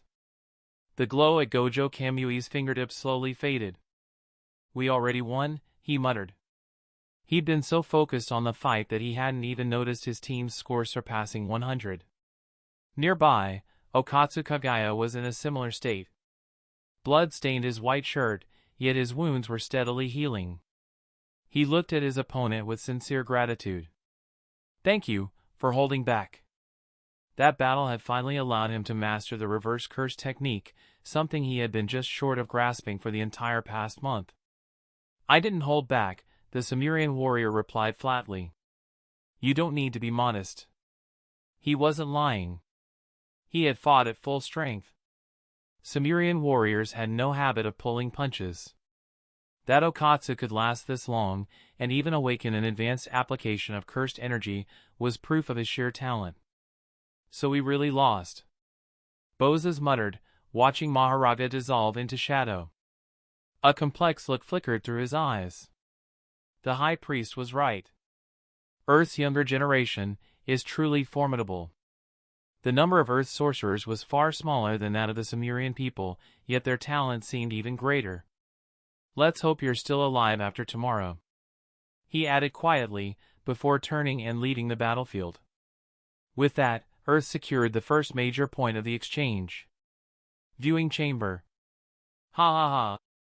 Earth's younger generation is incredible," Dex laughed openly. "I never imagined Bozes and the others would lose so thoroughly." There was no trace of displeasure on his face. On the contrary, the stronger Earth proved itself to be, the happier he seemed. Beside him, the High Priest narrowed his eyes slightly, smiling faintly without saying a word. Whatever he was thinking remained unreadable. "Oh, sheer luck, Gojo Satoru said humbly. Though his tone was modest, his expression practically screamed "I told you so," as if he were already looking down on everyone through his nostrils. Nearby, Principal Yaga covered his face and sighed helplessly, patting Gojo on the shoulder. So many years had passed, yet aside from speaking a bit more calmly, this man was just as unreliable as ever. Ahem, Yaga cleared his throat. "Mr. Dex, High Priest, dinner has been prepared. Please rest well afterward. The exchange isn't over yet, tomorrow is what truly decides the outcome." "Excellent," Dex nodded. "Leo, take everyone to dinner first. I have something I'd like to discuss privately with Mr. Gojo." He deliberately sent the High Priest away. The High Priest glanced at Dex, then led the Sumerian warriors out under the guidance of the Jujutsu sorcerers. One by one, the Jujutsu side also began to leave. Before long, only Gojo Satoru and Dex remained in the chamber. "Mr. Dex," Gojo asked casually, "what did you want to talk to me about?" Dex's smile slowly faded, replaced by a solemn expression. "It's about tomorrow's match," he said gravely. "Mr. Gojo, there are some things I need to tell you." Chapter 190, A Nation Enshrouded by a Barrier. Cheers! Zen'in Kaon and the rest of the youth division gathered together in celebration. "I still can't believe we actually won," Okatsu Kagaya said with a sigh of relief. "When all 7 of them showed up at once, I honestly thought we were done for." He glanced at Kaon, genuine admiration in his eyes. "It was all thanks to your technique. Otherwise, both special-grade curses would have been exorcised by them for sure." Kaon's strength had grown at an unbelievable pace. She'd only entered the jujutsu world a month ago, yet she was already this powerful. If she'd grown up in the jujutsu world from childhood, she might already have earned the title of special-grade sorcerer. "Well, I am your big sister," Kaon said smugly. "Isn't it normal for me to be a little amazing?" She lifted her chin proudly, nearly adding that her entire family was stacked with monsters, so her talent was only natural, but after a second's thought, she held back. Better to stay humble, she decided. That thought faded quickly, replaced by irritation. Still, it's annoying. Mom and Dad said they'd come watch the exchange, and they ended up being late. She'd been looking forward to showing off how strong she'd become, only for her unreliable parents to miss it entirely. "They probably got held up by something," Okatsu Kagaya said gently, trying to smooth things over on behalf of Zen'in Shinsuke and Yuki Tsukumo. "They're not young anymore. You should be a little more understanding." He'd never met his uncle and aunt personally, but he'd heard enough rumors to know they were extraordinary figures. "They're not that old," Kaon muttered, pouting. "It's not like they can't walk anymore." If anything, they were bursting with energy, traveling the world non-stop. For all she knew, they were probably off somewhere right now, enjoying their carefree life together. She had come to the jujutsu world, which meant her parents were finally free of their extra third wheel. "Still, at least tomorrow we can watch the matches together," Zen'in Kaon said, a hint of anticipation in her eyes. "I wonder if they'll actually step onto the field." She was genuinely looking forward to the adult division matches. After all, her parents were retired powerhouses who had disappeared from the jujutsu world for over a decade. Would they really stay on the sidelines? "Can we just get this over with already?" Kyusuke Zetsu muttered, his body wrapped in bandages as he slumped lazily. "This exchange event is exhausting." He'd thought that sword-wielding Sumerian warrior looked simple enough, only to discover the guy fought like his life depended on it, leaving Kyusuke battered all over. He just wanted to coast through the competition. Why did everyone have to take it so seriously? "Don't be so negative, Kyusuke-senpai," Okatsu Kagaya said cheerfully. "We don't even have to fight tomorrow. We can watch the senior sorcerers and learn from them." He paused, eyes shining with curiosity. "To be honest, I've been in the jujutsu world this long and still haven't really seen the previous generation fight seriously." Aside from that one time Gojo Sensei made a move, Kagaya had never even seen his own parents fight at full strength. "By the way, Kamui," he suddenly asked, looking at Gojo Kamui, who was quietly eating grilled meat. "You've mastered reverse curse technique already, right?" He could feel it, something about Kamui's presence had changed. More precisely, his eyes had changed. "Aren't you the same?" Kamui replied casually, not even pausing his meal. "Hold on," Kaon frowned. "What is reverse curse technique, exactly?" She heard the term during that special mission a month ago, but everything afterward had happened so fast she'd forgotten to ask. "It's a way of applying cursed energy," Kagaya explained. "Cursed energy is negative. Reverse curse technique converts it into positive energy. Its greatest use is healing, up to and including regenerating lost limbs. Generally speaking," he added, "only sorcerers who mastered reverse curse technique have truly touched the core of cursed energy." "Oh, that's it?" Kaon nodded, unimpressed. So it was basically a healing technique. Her Shikigami could already heal her, so whether she learned it or not didn't seem that important. No wonder her cousin had never brought it up during training. "Wait," Kaon suddenly frowned. "Why hasn't Rhea come back yet? Does it really take that long to use the bathroom?" She pulled out her phone, about to send a message, when a text arrived. "Rhea. Sorry, Kaon. My sister suddenly needed me, so I had to leave early. See you tomorrow, please apologize to everyone for me." "Huh? Rhea just left early?" Kaon muttered. She didn't think much of it, just explained briefly to the others and put her phone away. After the small celebration, everyone went their separate ways, waiting for the exchange event to continue the next day. Meanwhile, aboard the Cimmerian starship, wave after wave of warriors arrived on Earth in perfect order. When Rhea returned to the ship, she didn't see her sister at all, only fully armed soldiers. A chill ran down her spine. "What's going on?" she demanded. Before she could get an answer, a top-tier Cimmerian warrior silently appeared behind her and struck. Rhea collapsed unconscious. "For the future of the Cimmerian people," the warrior said calmly. "Forgive us, Miss Rhea." That day's match had been watched by every Cimmerian. Their perception of Earth had changed. Combined with the High Priest's recent warnings, many had grown deeply wary. That night, Tokyo was unnaturally quiet, like the stillness before a storm. A plane cut through the clouds and entered the skies of the Sakura Nation. "Do you feel it?" Yuki Tsukumo asked, her expression subtly shifting. "Feel what?" Zen'in Mai asked, glancing between Yuki and Zen'in Shinsuke in confusion. Mai had been overseas on a mission, and on vacation, when she coincidentally run into Shinsuke and Yuki enjoying their couple's getaway. Naturally, she joined them as the ultimate third wheel. Hearing about the aliens, she'd followed them back to see what was really going on. Shinsuke looked out the window at the pitch-black landscape below. "Someone has placed a barrier over this country," he said calmly. "What?" Mai's pupils shrank. "You're saying someone covered an entire nation with a barrier? What kind of sorcerer could do that? And why?" "This is probably the aliens' work," Yuki said after sensing the sky. "Likely to prevent other countries from discovering what's happening here. Then those aliens," she added quietly, "might not be as friendly toward humanity as we thought." Shinsuke replied flatly. "Or maybe they're just unfriendly toward sorcerers." He is back. Chapter 191, The Adult Division begins. As dawn broke, nearly 90% of the Jujutsu sorcerers had already gathered at a stadium far from the city. The venue was enormous, roughly the size of 2 football fields combined. It was a special arena jointly constructed by the 2 Jujutsu high schools, designed specifically for their annual exchange events.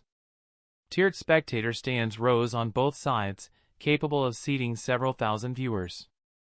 Yet even with nearly the entire Jujutsu community present, there were only around 100 to 200 sorcerers in total.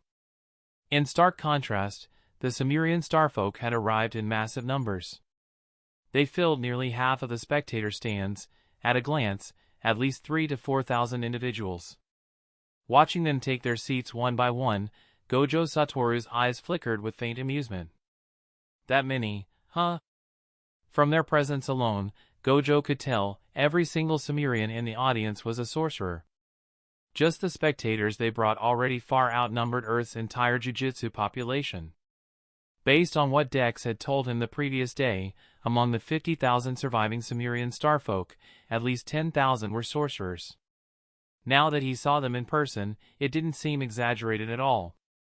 Was it because they were refugees, only the elites had survived? "Gojo Satoru," Leo said as he waddled over with a round belly and a smiling face. "Our leader has urgent matters today and couldn't attend in person. I hope you'll forgive the absence." He will, however, be following the match closely. "That's a shame," Gojo replied casually. "Today's matches are the real highlight." "But it's fine," he added lightly. "We'll have plenty of chances to interact in the future. Missing this one isn't a big deal." Gojo didn't question why Dex hadn't shown up. After all, Dex had already hinted yesterday that something might happen today. Gojo simply hadn't expected his intuition to be that accurate. "Is everyone present?" Gojo asked. "If so, we can begin." "We're fully prepared," Leo replied with a pleasant smile. "We can start immediately." With that, he took the seat beside Gojo. After today, this planet, Earth, would belong to the Cimmerian starfolk. And humanity would become their subordinate race. "Then let's begin," Gojo said. He turned toward the raised platform behind them and nodded at the two commentators standing there. For an event this formal, it felt wrong not to have commentators, so one had been selected from the Jujutsu world, and one from the Sumerian starfolk. "Good morning, everyone," said the Jujutsu side commentator, Kyusuke Tsuya. "I'll be serving as today's commentator." Kyusuke looked utterly unenthusiastic. His dead fish eyes were filled with resistance. Clearly, being a commentator was the last thing he wanted to do. Gojo had insisted that only Kyusuke Tsuya was worthy of being a gold medal commentator, and forcibly paid 10 million to hire him. "Ha ha, Senior Zetsu, look! Your dad's the commentator today."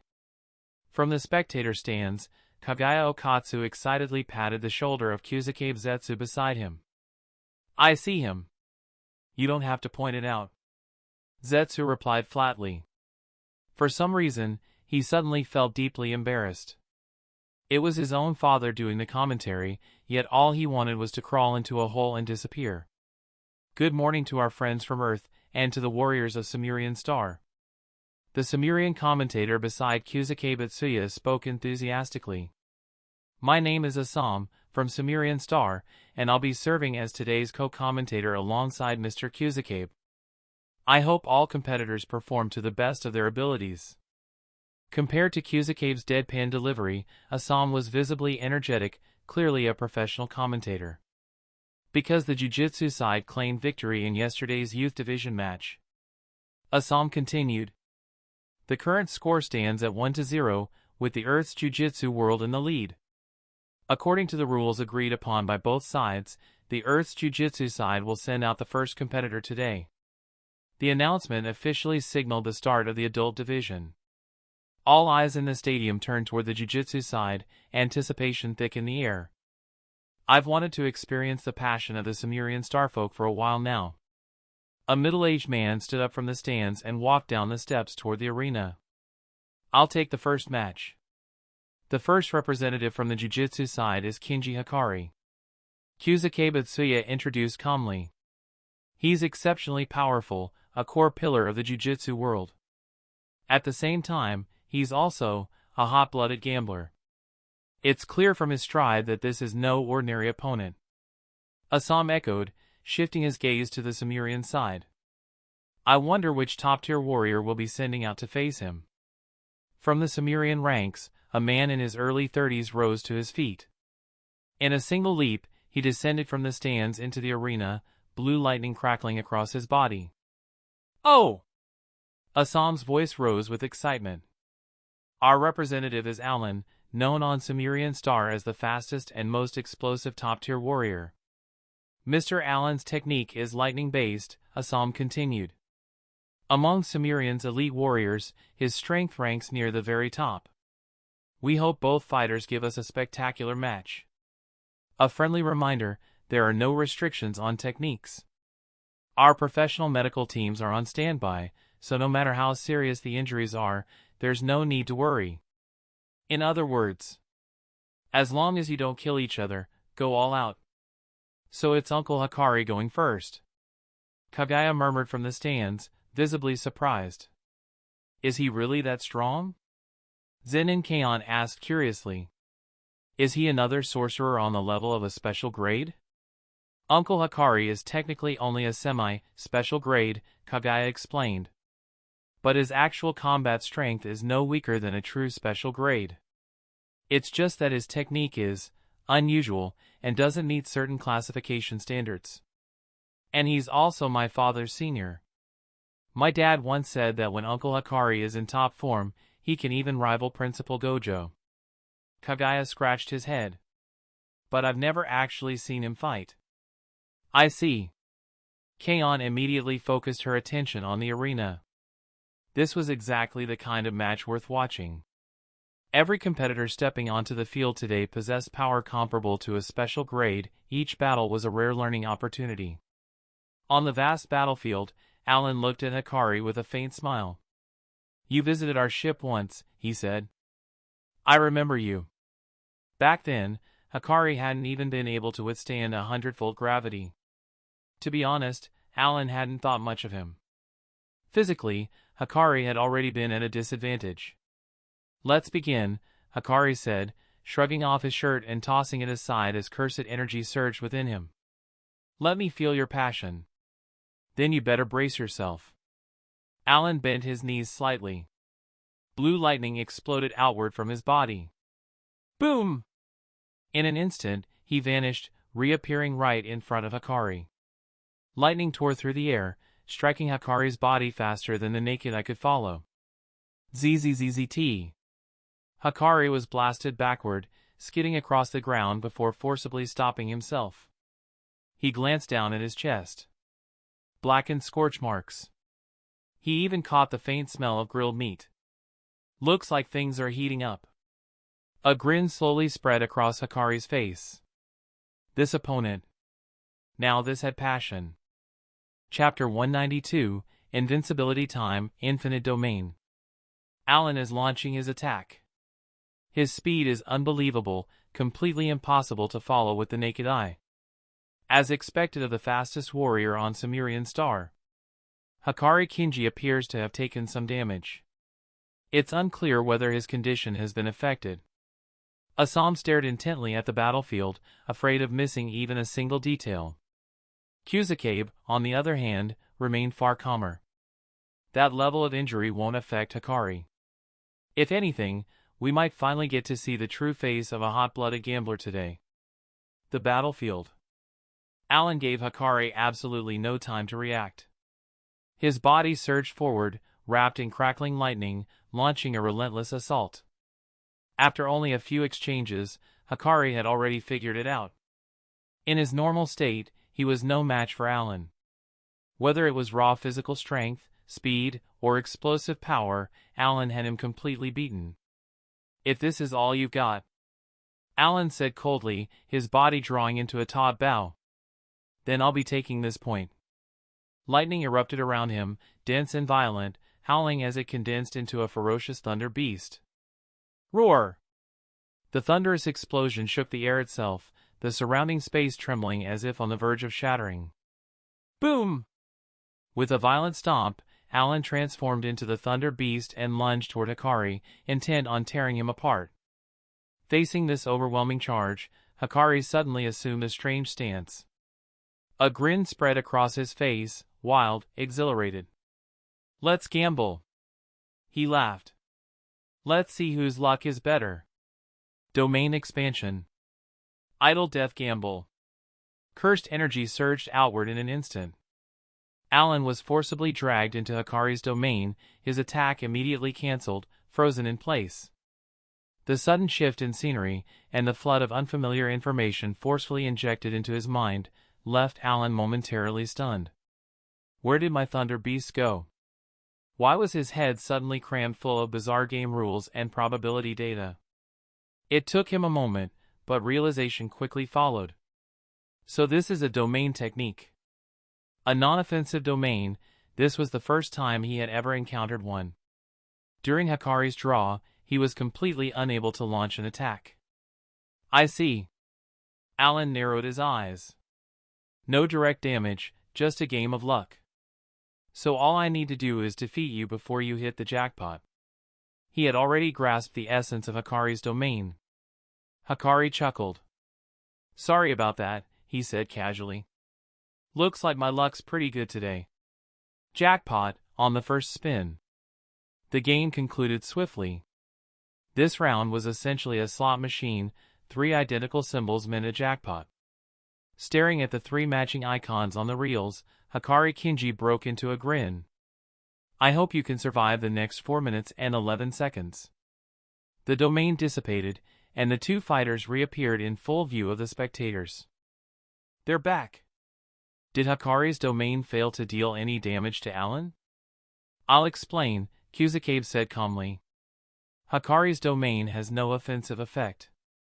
It's a self-buffing domain, one that enhances the caster instead. Even Kusakabe looked slightly surprised. He hadn't expected Hikari to hit the jackpot so quickly, only a few seconds had passed. What the hell is going on with this guy? That cursed energy is outrageous, this is even crazier than Bose's. The Sumerian spectators stared wide-eyed as Hikari's cursed energy surged violently, almost overflowing into the sky. So this is the jackpot buff. Impressive. Good, this just makes things more interesting. Alan wasted no time. He reached into the void, lightning converging instantly into a thunder staff in his hand. With a single swing, countless bolts of lightning transformed into roaring thunder dragons, crashing toward Hikari. Boom! The lightning struck Hikari head-on, detonating with terrifying force and blasting him deep into the ground. The surrounding terrain collapsed inward from the impact. Why didn't Uncle Hikari dodge? Yuta and the others in the stands were stunned. Hikari Kinji seems to have taken that attack head-on. Asam stood up, eyes locked on the shattered ground. Can he still stand after that? He wasn't careless, Kuzuke muttered. He's probably just drunk on the feeling of the buff. Crack, crack. Sure enough, the next moment Hikari rose from the rubble. His gaze looked unfocused, almost euphoric, yet his body showed no injuries whatsoever. An endless torrent of cursed energy surged through him, washing over every cell in his body again and again. Every time he felt this power, his excitement reached a fever pitch. Boom! Hikari vanished in a blur and reappeared directly in front of Alan, throwing a punch packed with overwhelming cursed energy. Alan didn't dare underestimate him. Lightning erupted across his body as he met the punch head-on. Bang! He misjudged the buff's sheer magnitude. In a single instant, Alan was blasted away by the torrent of cursed energy, smashing into the arena wall. Hikari's fist was torn apart by lightning, only to regenerate instantly. The enormous cursed energy boost had activated fully automatic reverse curse technique, healing him without conscious control. Incredible! Is this the power of Hikari's domain buff? Can Alan survive for the duration of this enhancement? Asam's words reminded Alan of Hikari's earlier warning. Alan burst free from the wall and returned to the center of the arena, twisting his neck as he activated reverse cursed technique to realign his dislocated bones. Only 4 minutes and 11 seconds, right? He muttered under his breath. That was the buff's duration. As long as he could endure it, victory would still be his. With a plan in mind, Alan abandoned direct confrontation. Using lightning's mobility, he began to kite, constantly repositioning to avoid Hikari's devastating punches. The battlefield soon turned into a bizarre chase. Hikari, empowered by invincibility, pursued relentlessly, while Alan fled and evaded with crackling lightning. Time passed. Alan became increasingly battered, coughing up blood again and again, but he kept counting silently. The lightning around him grew brighter, denser. Then, Hikari's buff ended. The infinite cursed energy vanished. Now, Alan unleashed the power he had been stockpiling. Lightning erupted from his thunder staff, warping space itself as it crashed down like divine punishment. Facing the overwhelming attack, Hikari dove sideways, but the blast radius was too vast. Boom! The lightning tore through Hikari's body, obliterating one of his legs, flesh evaporating instantly. The ground cratered violently beneath the impact. You can surrender now. Alan, battered but grinning, looked at his opponent. With one leg gone, you can't win anymore. The sorcerers watching from Earth collectively held their breath. This was the adult division, mistakes here could truly cost lives. Will Hikari Kinji concede? Asam asked tensely. Your condition is extremely dangerous. Standing on one leg, blood dripping from where his right leg had been, Hikari glanced down. And didn't seem concerned at all. Instead, he assumed that familiar stance once more. I'm not satisfied yet, he said calmly. How could this end already? Domain expansion. Idle death gamble. Chapter 193, An Unsettling Atmosphere. Next. Just as many spectators were wondering whether Hikari Kinji would finally concede, a surge of overwhelming cursed energy erupted once more. Alan didn't even have time to react.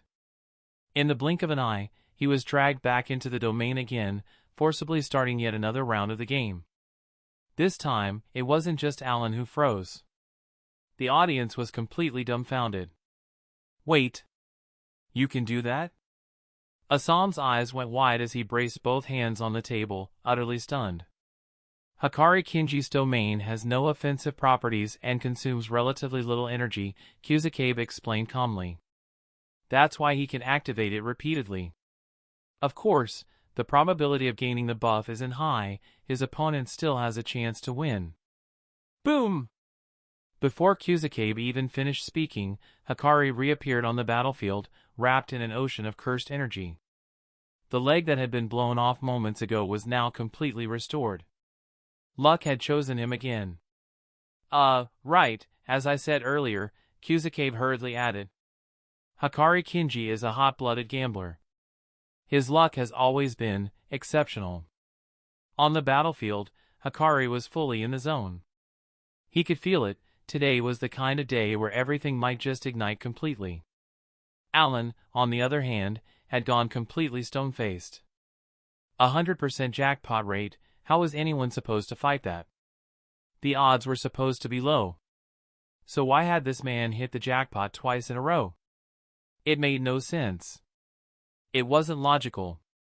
It wasn't fair. But reality didn't give Alan time to question probability. Hikari, once again clad in invincibility, charged forward.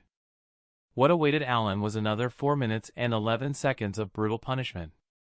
Or surrender. But for a Sumerian warrior, surrender was never an option. There was only victory, or being beaten down. As long as I survive the next 4 minutes and 11 seconds, I still have a chance. Alan clenched his teeth, eyes blazing with determination. He refused to believe anyone's luck could last forever. And so, an absurd yet spectacular beating unfolded before the crowd. With sheer willpower and iron determination, Alan endured yet another round. Barely standing. Bloodied. But still conscious. Domain expansion, idle death gamble. Hikari didn't hesitate. The moment his buff faded, he activated his domain again, without leaving the slightest opening. No pause. No mercy. No delay. He could feel it. Today he might just break his own record. What the hell? He activated it again and again. Zen'in Kaon couldn't help but feel a pang of envy. She still barely grasped the fundamentals of domains, while these seniors were deploying them as casually as breathing. Kagaya Okatsu couldn't help but complain as well. I finally get it, he muttered. Why my dad said Uncle Hikari is stronger than him when he's in top form. This isn't even fighting anymore. It's straight up cheating. After that, Hikari Kinji proceeded, before everyone's stunned eyes, to activate his domain 2 more times in a row, and each time he hit the jackpot with a 100% success rate. As for Alan, despair finally swallowed him whole. He had been beaten senseless for nearly 20 straight minutes, and all of his cursed energy had been drained dry just to maintain reverse curse technique. In the end, all he could do was lose consciousness under Hikari's relentless onslaught, his eyes filled with resentment. You're a fraud. Those were Alan's last words before blacking out, his gaze fixed bitterly on Hikari. Hikari, meanwhile, was still riding the high of hitting 4 consecutive jackpots, completely absorbed in the thrill. He had a feeling that a record like this might never be broken again. Sorry, Hikari said casually.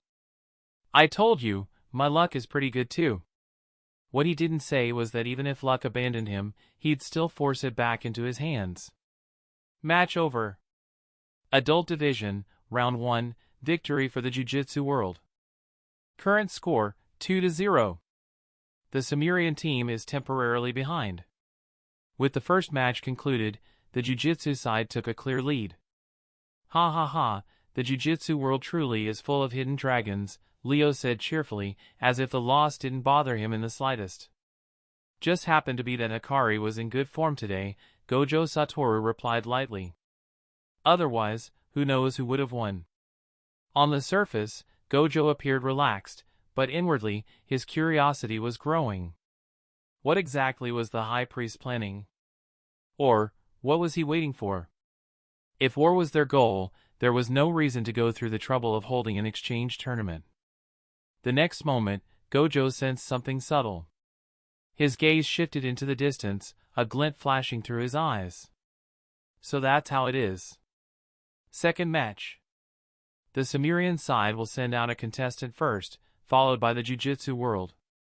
As the commentator announced the next round, the Sumerian team dispatched a new fighter. On the Jujutsu side, however, because they were still in the lead, none of the top-tier sorcerers stepped forward. In the end, a regular Grade 1 sorcerer entered the arena. The gap between a Grade 1 sorcerer and a Sumerian elite was simply too large. After only a few exchanges, the Jujutsu side lost. The next 4 matches follow the same pattern, Grade 1 sorcerers stepping up, only to be defeated one after another. Very quickly, the score was reversed. 5-2. 5 points for the Sumerian side. 2 points for the Jujutsu world. Only 4 matches remained. That meant if the Jujutsu world lost even one more, the entire exchange would be decided. What's going on? Kaon was practically spinning in her seat. Why aren't my cousin and the others stepping in yet? If we lose one more match, it's over. She was so anxious she wished she could jump into the arena herself. But the rules were clear, youth division participants were forbidden from competing in the adult division. Relax, Kaguya said softly. Principal Gojo and the others don't seem worried at all. Besides, Grade 1 sorcerers are already strong. It's just that every single opponent on their side is operating at special grade level combat power. Their average strength is far beyond ours. Although the Jujutsu world was stronger than before, with 200 to 300 sorcerers total, only 40 or 50 were truly above Grade 1. The rest were mostly Grade 2, 3, or even 4, nowhere near the Sumerian race's overall level. People like Uncle Hikari, non-special grades who can still defeat special grades, are rare, Kaguya continued. And not every powerful sorcerer actually cares about winning this exchange. See Uncle Toji? If he stepped in, he could definitely secure a point, but he almost never gets involved with Jujutsu affairs. The fact that he even came to watch today is already unusual. And that man over there, Higuruma Hiromi. My dad once said he's incredibly strong too, on par with special grades. But he left the Jujutsu world long ago and became a regular lawyer. I didn't expect him to show up here either. Kaguya scanned the crowd. He recognized several faces, powerful sorcerers he'd glimpsed as a child, all of whom had retired early. Yet now, every one of them had appeared. It feels like something big is about to happen. Maybe they're just here for the spectacle, Kaon replied. After all, this involves aliens. Her gaze swept the arena again. By the way, Rhea still hasn't shown up, has she? What's going on? She's not replying to my messages either. Did she text any of you? She had spotted someone in the Sumerian ranks who looked exactly like Rhea, but judging by her eyes and demeanor, it had to be Rhea's sister. Nope, Kaguya shook his head, then glanced at Gojo Kamui. Kamui shot him a sideways look. I haven't seen her either. Do you really think she'd skip you guys and message me instead? So annoying. Kaon muttered, raking her fingers through her hair. The match is at a critical point, Rhea's missing, and my parents still haven't arrived. What on earth are they doing? Chapter 194, A Black Flash Specialist. Next up, Match 7. The Jujutsu world will send out a contestant first. Friendly reminder, if the Jujutsu side loses this match, the exchange tournament will end early. Asam offered the warning clearly. Mr. Kusakabe, what's your take on the current situation? Kusakabe showed no particular concern as he replied calmly. There's no denying that the Sumerian warriors are extremely strong. Even if the Jujutsu world loses this match, it would be understandable. That said, I believe we still have a chance to turn things around. In the stands, Nobara Kujisaki shot a glance at the two people beside her. So, are you guys going or not? If no one's stepping up, I'll go myself. I can't stand watching a score this miserable. Losing 6-2, with 1 point coming only from the youth division, would be humiliating. The adult division, supposedly the seniors, having secured just 1 win in front of the younger generation? That was beyond embarrassing. I'll take this one. Yuji Itadori stood up and headed toward the arena. Nobara's right. We can't let it stay this ugly, especially with the students watching. Even if a bigger battle awaited later today, right now he needed to set an example. Go get him, little brother. Best friend. You're finally stepping onto the stage. Carry our burning emotions and crush your opponent. Choso and Aoi Tadu immediately started shouting encouragement the moment Yuji entered the field. The Jujutsu side has sent out their contestant, Asam announced. Mr. Kusakabe, please introduce the fighter. Kusakabe nodded slightly. The current competitor is Yuji Itadori, a teacher at Tokyo Jujutsu High, and also a special grade sorcerer. A special grade? Asam's eyes widened, as did those of the Sumerian audience. It looks like the Jujutsu world is finally launching a counterattack. A special grade sorcerer has entered the arena. Are the Sumerian warriors ready? This was the first time the Jujutsu world had deployed a special grade in the exchange tournament. The crowd buzzed with anticipation. Just how would a human special grade compare to a Sumerian elite? Boom! From the Sumerian side, a towering figure, nearly 3 meters tall, leapt straight down from the stands. He crashed onto the arena floor in front of Yuji, the impact cracking the ground beneath his feet. The Sumerian side has answered with a heavyweight of their own. Asam shouted. Kesard, ranked among the top 3 elite warriors of Sumerian. He possesses overwhelming strength and defense, and is revered on his homeworld as the peerless god of war. That guy. Someone muttered from the stands. He looks insanely strong. Kaon and the others felt the pressure the moment they saw Kesard's towering, giant-like frame. Even from this distance, the sheer density of his cursed energy was suffocating. Teacher Itadori, he can win, right? Kagaya and the others spoke with a trace of uncertainty. After all, they didn't truly know Yuji's full strength, nor did they understand just how terrifying this opponent might be. On the battlefield, Yuji looked up at the giant before him, a hint of surprise flashing in his eyes. You're really tall. Let's begin, Kesard said coldly, his voice brimming with pure killing intent. I hope you can withstand my attacks. There was no pointless banter. Like a born warrior, Kesard existed solely to crush his enemy. He swung a fist larger than a basketball, his massive body dropping into a bow stance. A layer of blue-green material spread across his skin, hardening like stone, before he smashed his punch toward Yuji.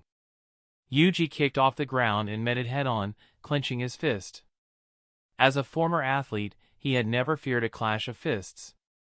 Even if his opponent was a giant. Black flash. The instant their fists collided, black and red lightning detonated outward. Space warped violently as a deafening shockwave erupted. Both fighters were blasted backward. Kesard's eyes widened in shock. The rocky armor around his fist had partially shattered. This was the first time he'd ever encountered someone who could rival his strength. Yuji was just as stunned. A black flash amplified his strike by 2.5 times, yet his opponent wasn't injured. So that's his technique, hardened skin? It felt like punching solid bedrock. Again! Kesard roared. His massive body surged forward with astonishing speed. Despite his bulk, he moved like a perfectly balanced all-rounder, strength, speed, durability, all maxed out. Yuji responded instantly. A circular halo appeared behind his back, 6 cicada-thin wings unfolding from it. With a single vibration, his speed skyrocketed. This was the power of the cursed womb, death painting. Yuji possessed 9 distinct techniques. Black flash. Another explosive strike. Despite his many abilities, Yuji preferred raw, direct combat. And judging by the look of it, this giant did too. The two clashed relentlessly. Kesard expanded his technique across his entire body, encasing himself in an unbreakable layer of stone, transforming into a living rock golem. Yuji answered with sheer madness. 10 consecutive black flashes. The barrage pulverized Kesard's arms completely. After the final exchange, Kesard was forced to retreat, his expression grave as he hurriedly activated reverse curse technique to restore his shattered limbs. He had never imagined anyone's fists could be harder than his own. Yuji, meanwhile, quietly exhaled. Blood seeped from his knuckles as his hands trembled slightly. 10 black flashes in a row, combined with punching something that felt like reinforced concrete, was pushing even his athletic body to its limits. What an incredible clash! Assam shouted. Kesard has actually lost in a contest of pure strength. It seems the Jujutsu world's special grade sorcerers truly live up to their reputation. The Sumerian commentator and spectators were stunned. How could such a small human body unleash power this terrifying? Teacher Itadori just landed 10 consecutive black flashes? Kaon stared in disbelief. She had personally experienced how hard it was to trigger even one black flash. To chain them required absurd control, perfect timing, unwavering focus, and luck. I've heard that teacher Itadori holds the Jujutsu world's record for black flash. Okatsu Kagaya said in awe. Seeing it now, I believe it. Gojo Kamui nodded silently. A true black flash specialist. With this level of mastery alone, Yuji Itadori more than deserved his title as a special grade. Let's continue! Kesard roared. Cursed energy surged violently as his body expanded once more. Ancient, cracked stone layered over his skin, thicker than before. He slammed both palms into the ground. The earth trembled. Jagged stone spikes erupted beneath Yuji's feet. Yuji reacted instantly, rolling several times to evade as the wings on his back flared, lifting him into the air. But the attack didn't stop. Razor-sharp stone pillars chased him upward like living serpents, bending and twisting through the air.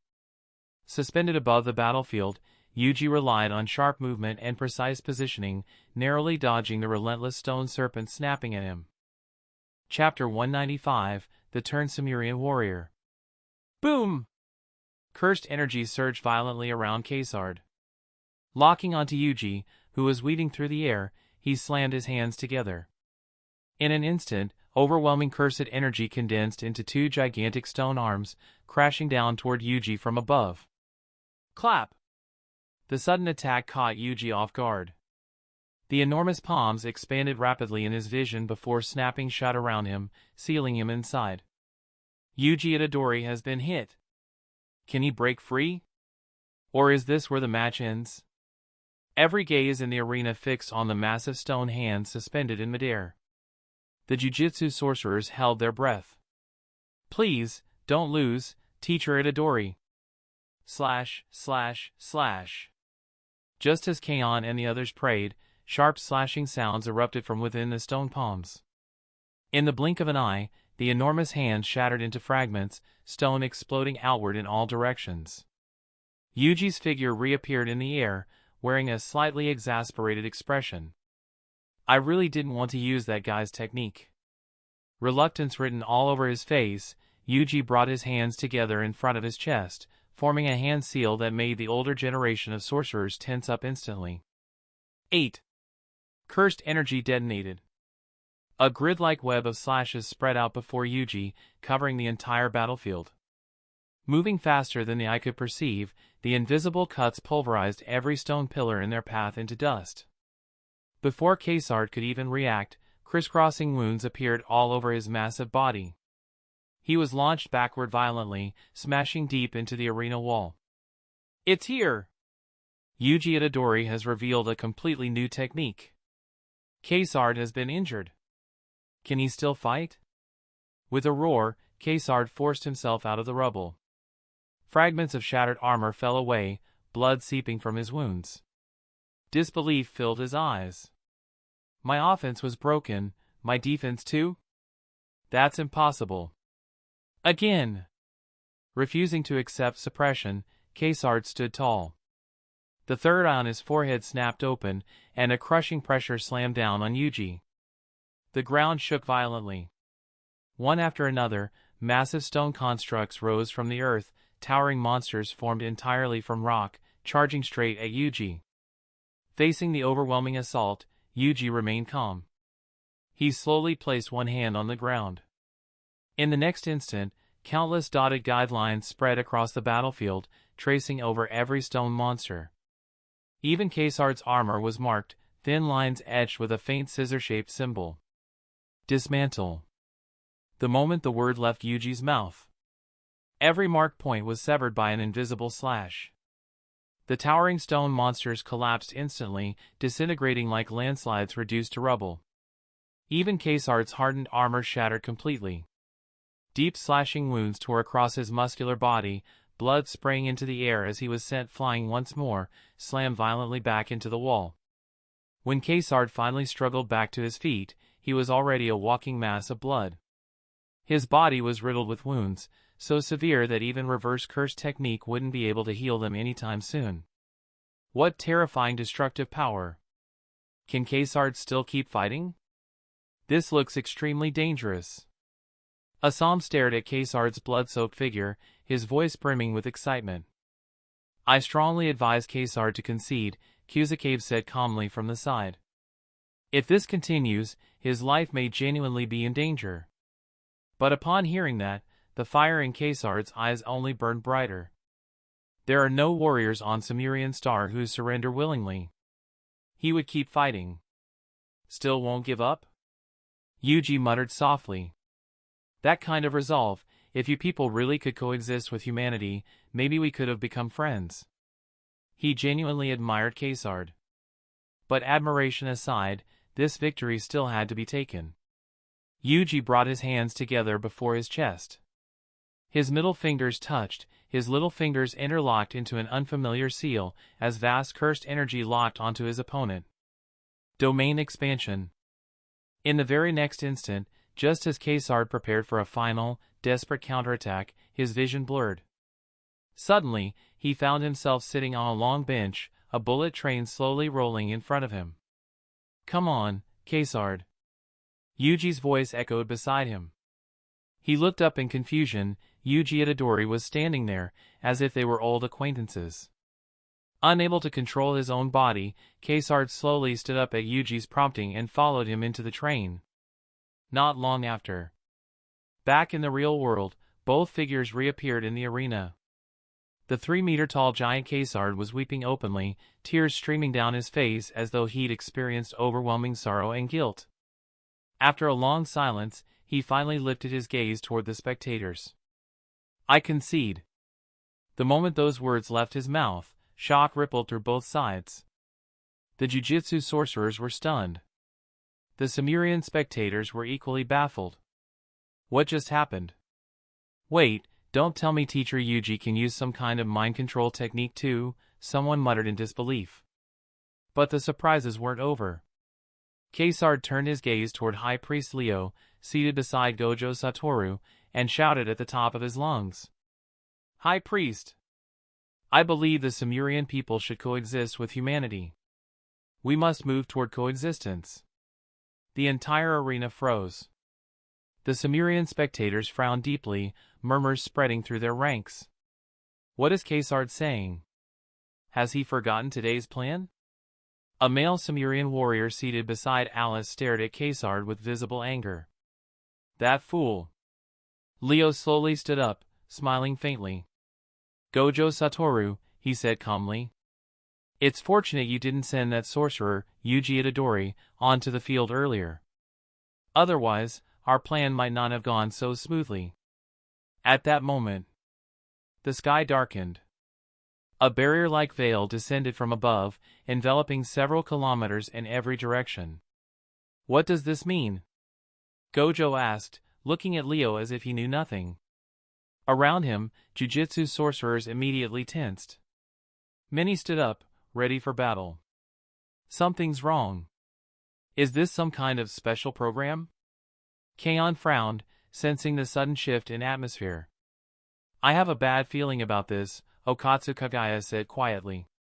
Gojo Kamui, Kyusuke Zetsu, and the others all rose to their feet, expressions grave. At the commentator's desk, Asam's expression changed abruptly. He suddenly launched an attack at Kyusuke Butsuya. But Kyusuke was prepared, he drew his blade, blocked the strike, and leapt backward to create distance. Asam, Kyusuke demanded calmly. Care to explain this? So you saw it coming, Asam replied with a faint smile. Shame. I was this close to killing you. All at once, thousands of Sumerian warriors stood up, the surge of cursed energy radiating from them answering every question. Leo smiled warmly at Gojo. We planned to wait a little longer, he said. But now seems like a perfectly good time. Earth's Jujutsu sorcerers, Leo announced, his voice echoing across the arena. You have two choices. First, become subordinates of the Sumerian people. Sign a contract of eternal loyalty and continue living on this planet. Second, vanish from this world forever. Do not think of calling for outside help. This country has already been sealed off. No one can reach you. And you cannot escape.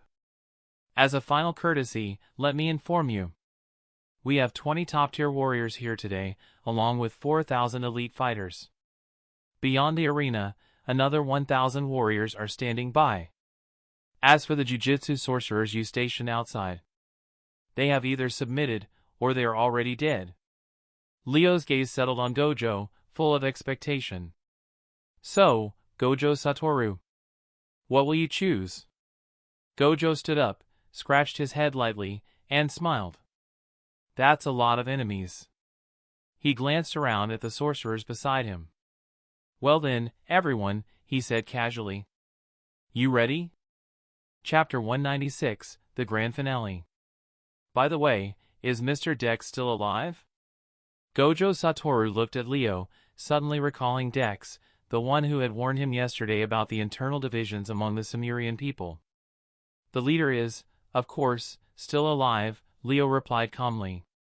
After all, he's my closest friend. He was traumatized by a single failed war, and I can understand that. But I don't agree with his ideals. I do not believe Sumerian Star can coexist with humanity. Between us, there can only be a relationship of master and subordinate. A hint of pride flickered in Leo's eyes. Yes, they had been driven from their homeland, defeated and forced to flee. But that didn't mean just any race could stand above them. Earth had only a few hundred warriors. What right did such a weak world have to talk about coexistence? Even as refugees, the Sumerian people still possess nearly 10,000 warriors. If not for Dex's interference, even more would have come today. So he's alive? That makes things simple, Gojo said with a faint smile. As for how humans and Sumerians should coexist, I don't think that has anything to do with you anymore. Gojo Satoru, Leo said coolly. Do you really believe you still have the means to resist? I admit, your special grade sorcerers are strong. But so what? We can overwhelm you with sheer numbers. The eye on Leo's forehead slowly opened. Oh, and since I know how dangerous you are, I prepared a little surprise for you. I hope you enjoy it. Gojo's gaze sharpened. He was about to act. And then froze. His cursed energy wouldn't move. Surprised? Leo chuckled. This is my technique. It prevents a warrior from using cursed energy for 1 minute. Sounds unimpressive, doesn't it? I've been preparing this technique since the match began. And now, it's finally complete. Leo spread his hands calmly. My technique isn't strong. Neither am I.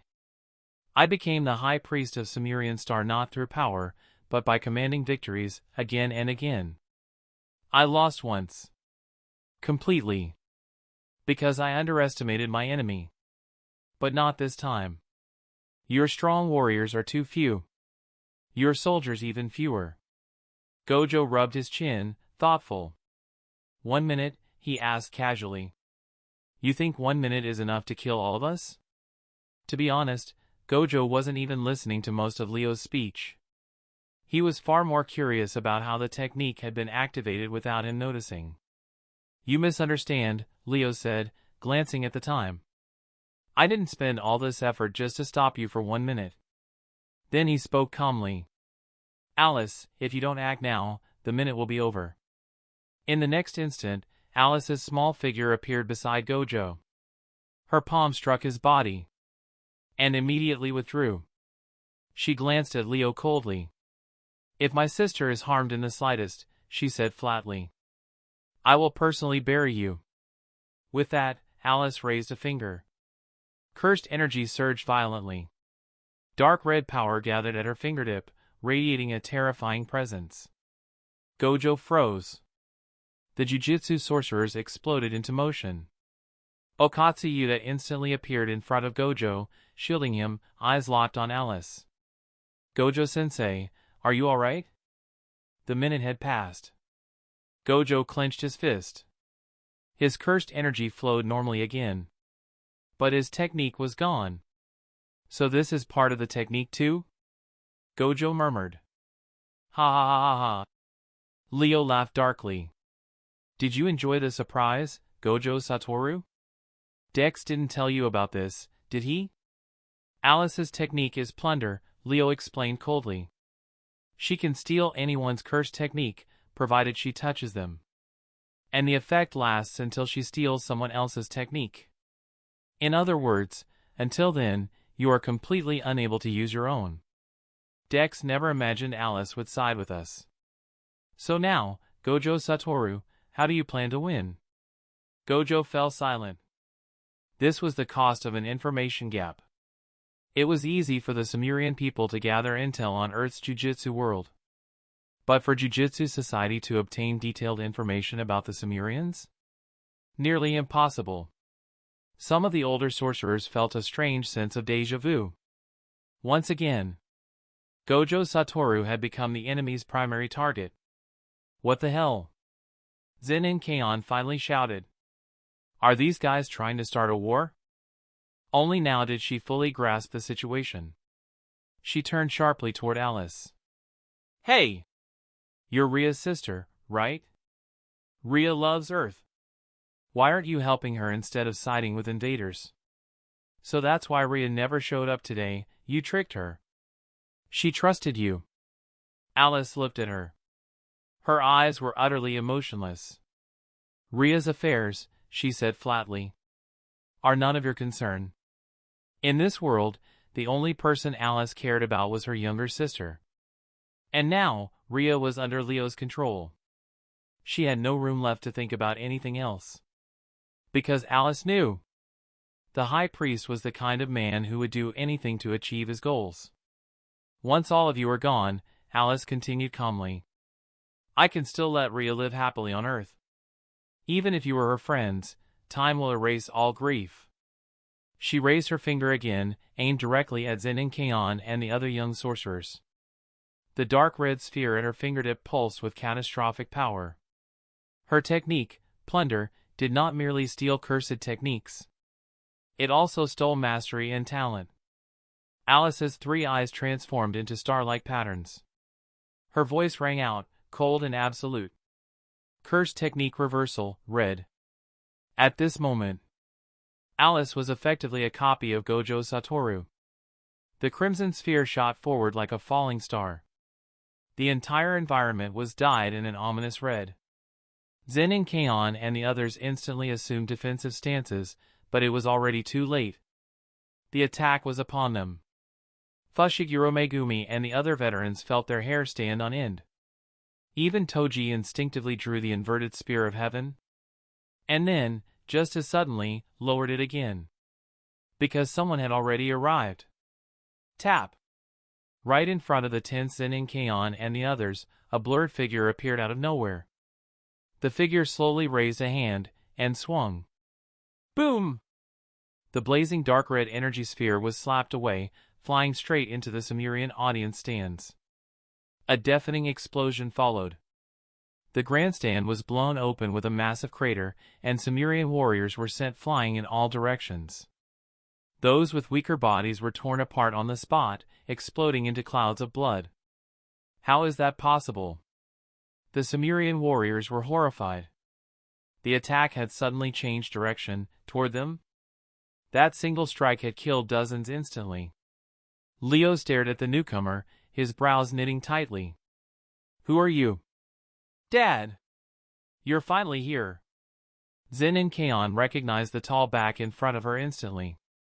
Her face lit up with pure joy. Beside her, Okatsu Kagaya and Gojo Kamui stood completely stunned. That's her father? He slapped the attack away with his hand. Had to take care of something, Zen'in Shinsuke said calmly, turning around with a faint smile. I'm late. You weren't hurt, were you? It's you. Not far away, Kyusuke Xenia's pupils shrank. He'd seen this man before. There was a statue exactly like him in his house.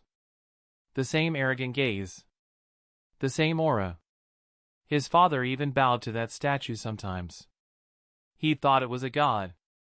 Turns out it was just a living person. Senior Kyusuke, Okatsu Kagaya asked quietly, You know my sister's father? And no.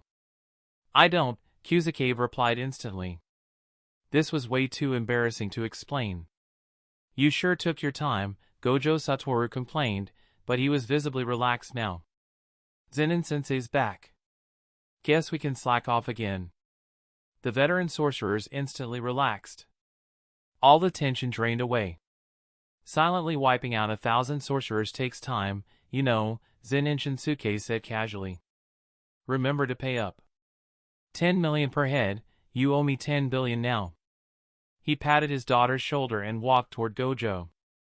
Hey! Brother! I took out a bunch too, don't you dare hog all 10 billion. Voices rang out behind them as Zen'in Mai and Tsukumo Yuki arrived. Mom! Kaon shouted happily. Mai rushed forward and pinched Kaon's cheeks. Little Kaon grew up so fast. Call me Auntie. Auntie. Kaon complied obediently. So, Tsukumo Yuki asked with a grin, how does it feel being a jujutsu sorcerer? Boring? No way. It's fun. I made lots of friends, even alien friends. But something's wrong right now. They're trying to invade Earth. And my friend would never agree to that. She must have been locked up for opposing them. Kaon spoke in one breath. All right, Tsukumo said gently. Leave it to your dad. Your friend will be fine. She then turned her attention to the aliens. Leo stared at Zen'in Shinsuke. You think I'll believe you killed the 1,000 warriors I placed outside? I had 3 top-tier warriors among them. That's impossible. Zen'in Shinsuke ignored him completely and smirked at Gojo. Disabled again? You really love showing off. Even aliens know to target you first now. Gojo sighed. How is that my fault? Not everyone can quit jujutsu whenever they feel like it. I asked you a question, Leo snapped. Basic manners dictate you answer. Zen'in Shinsuke glanced at him. Then took one step forward. In the next instant, he was beside Leo, his hand already resting on the priest's head. He squeezed. Squelch. Leo's head was torn clean off. Blood shot into the air like a fountain. Only then did Leo realize. Why am I looking at my own body? His consciousness lingered for a single second. Then vanished. Zen'in Shinsuke casually tossed the head aside. Thud. Thud. Thud. Silence engulfed the arena. The brutality made everyone's skin crawl. But for Jujutsu Society, it felt fantastic. The High Priest is dead? He killed the High Priest. Sumerian warriors. Avenge him. The aliens finally reacted, charging forward in rage.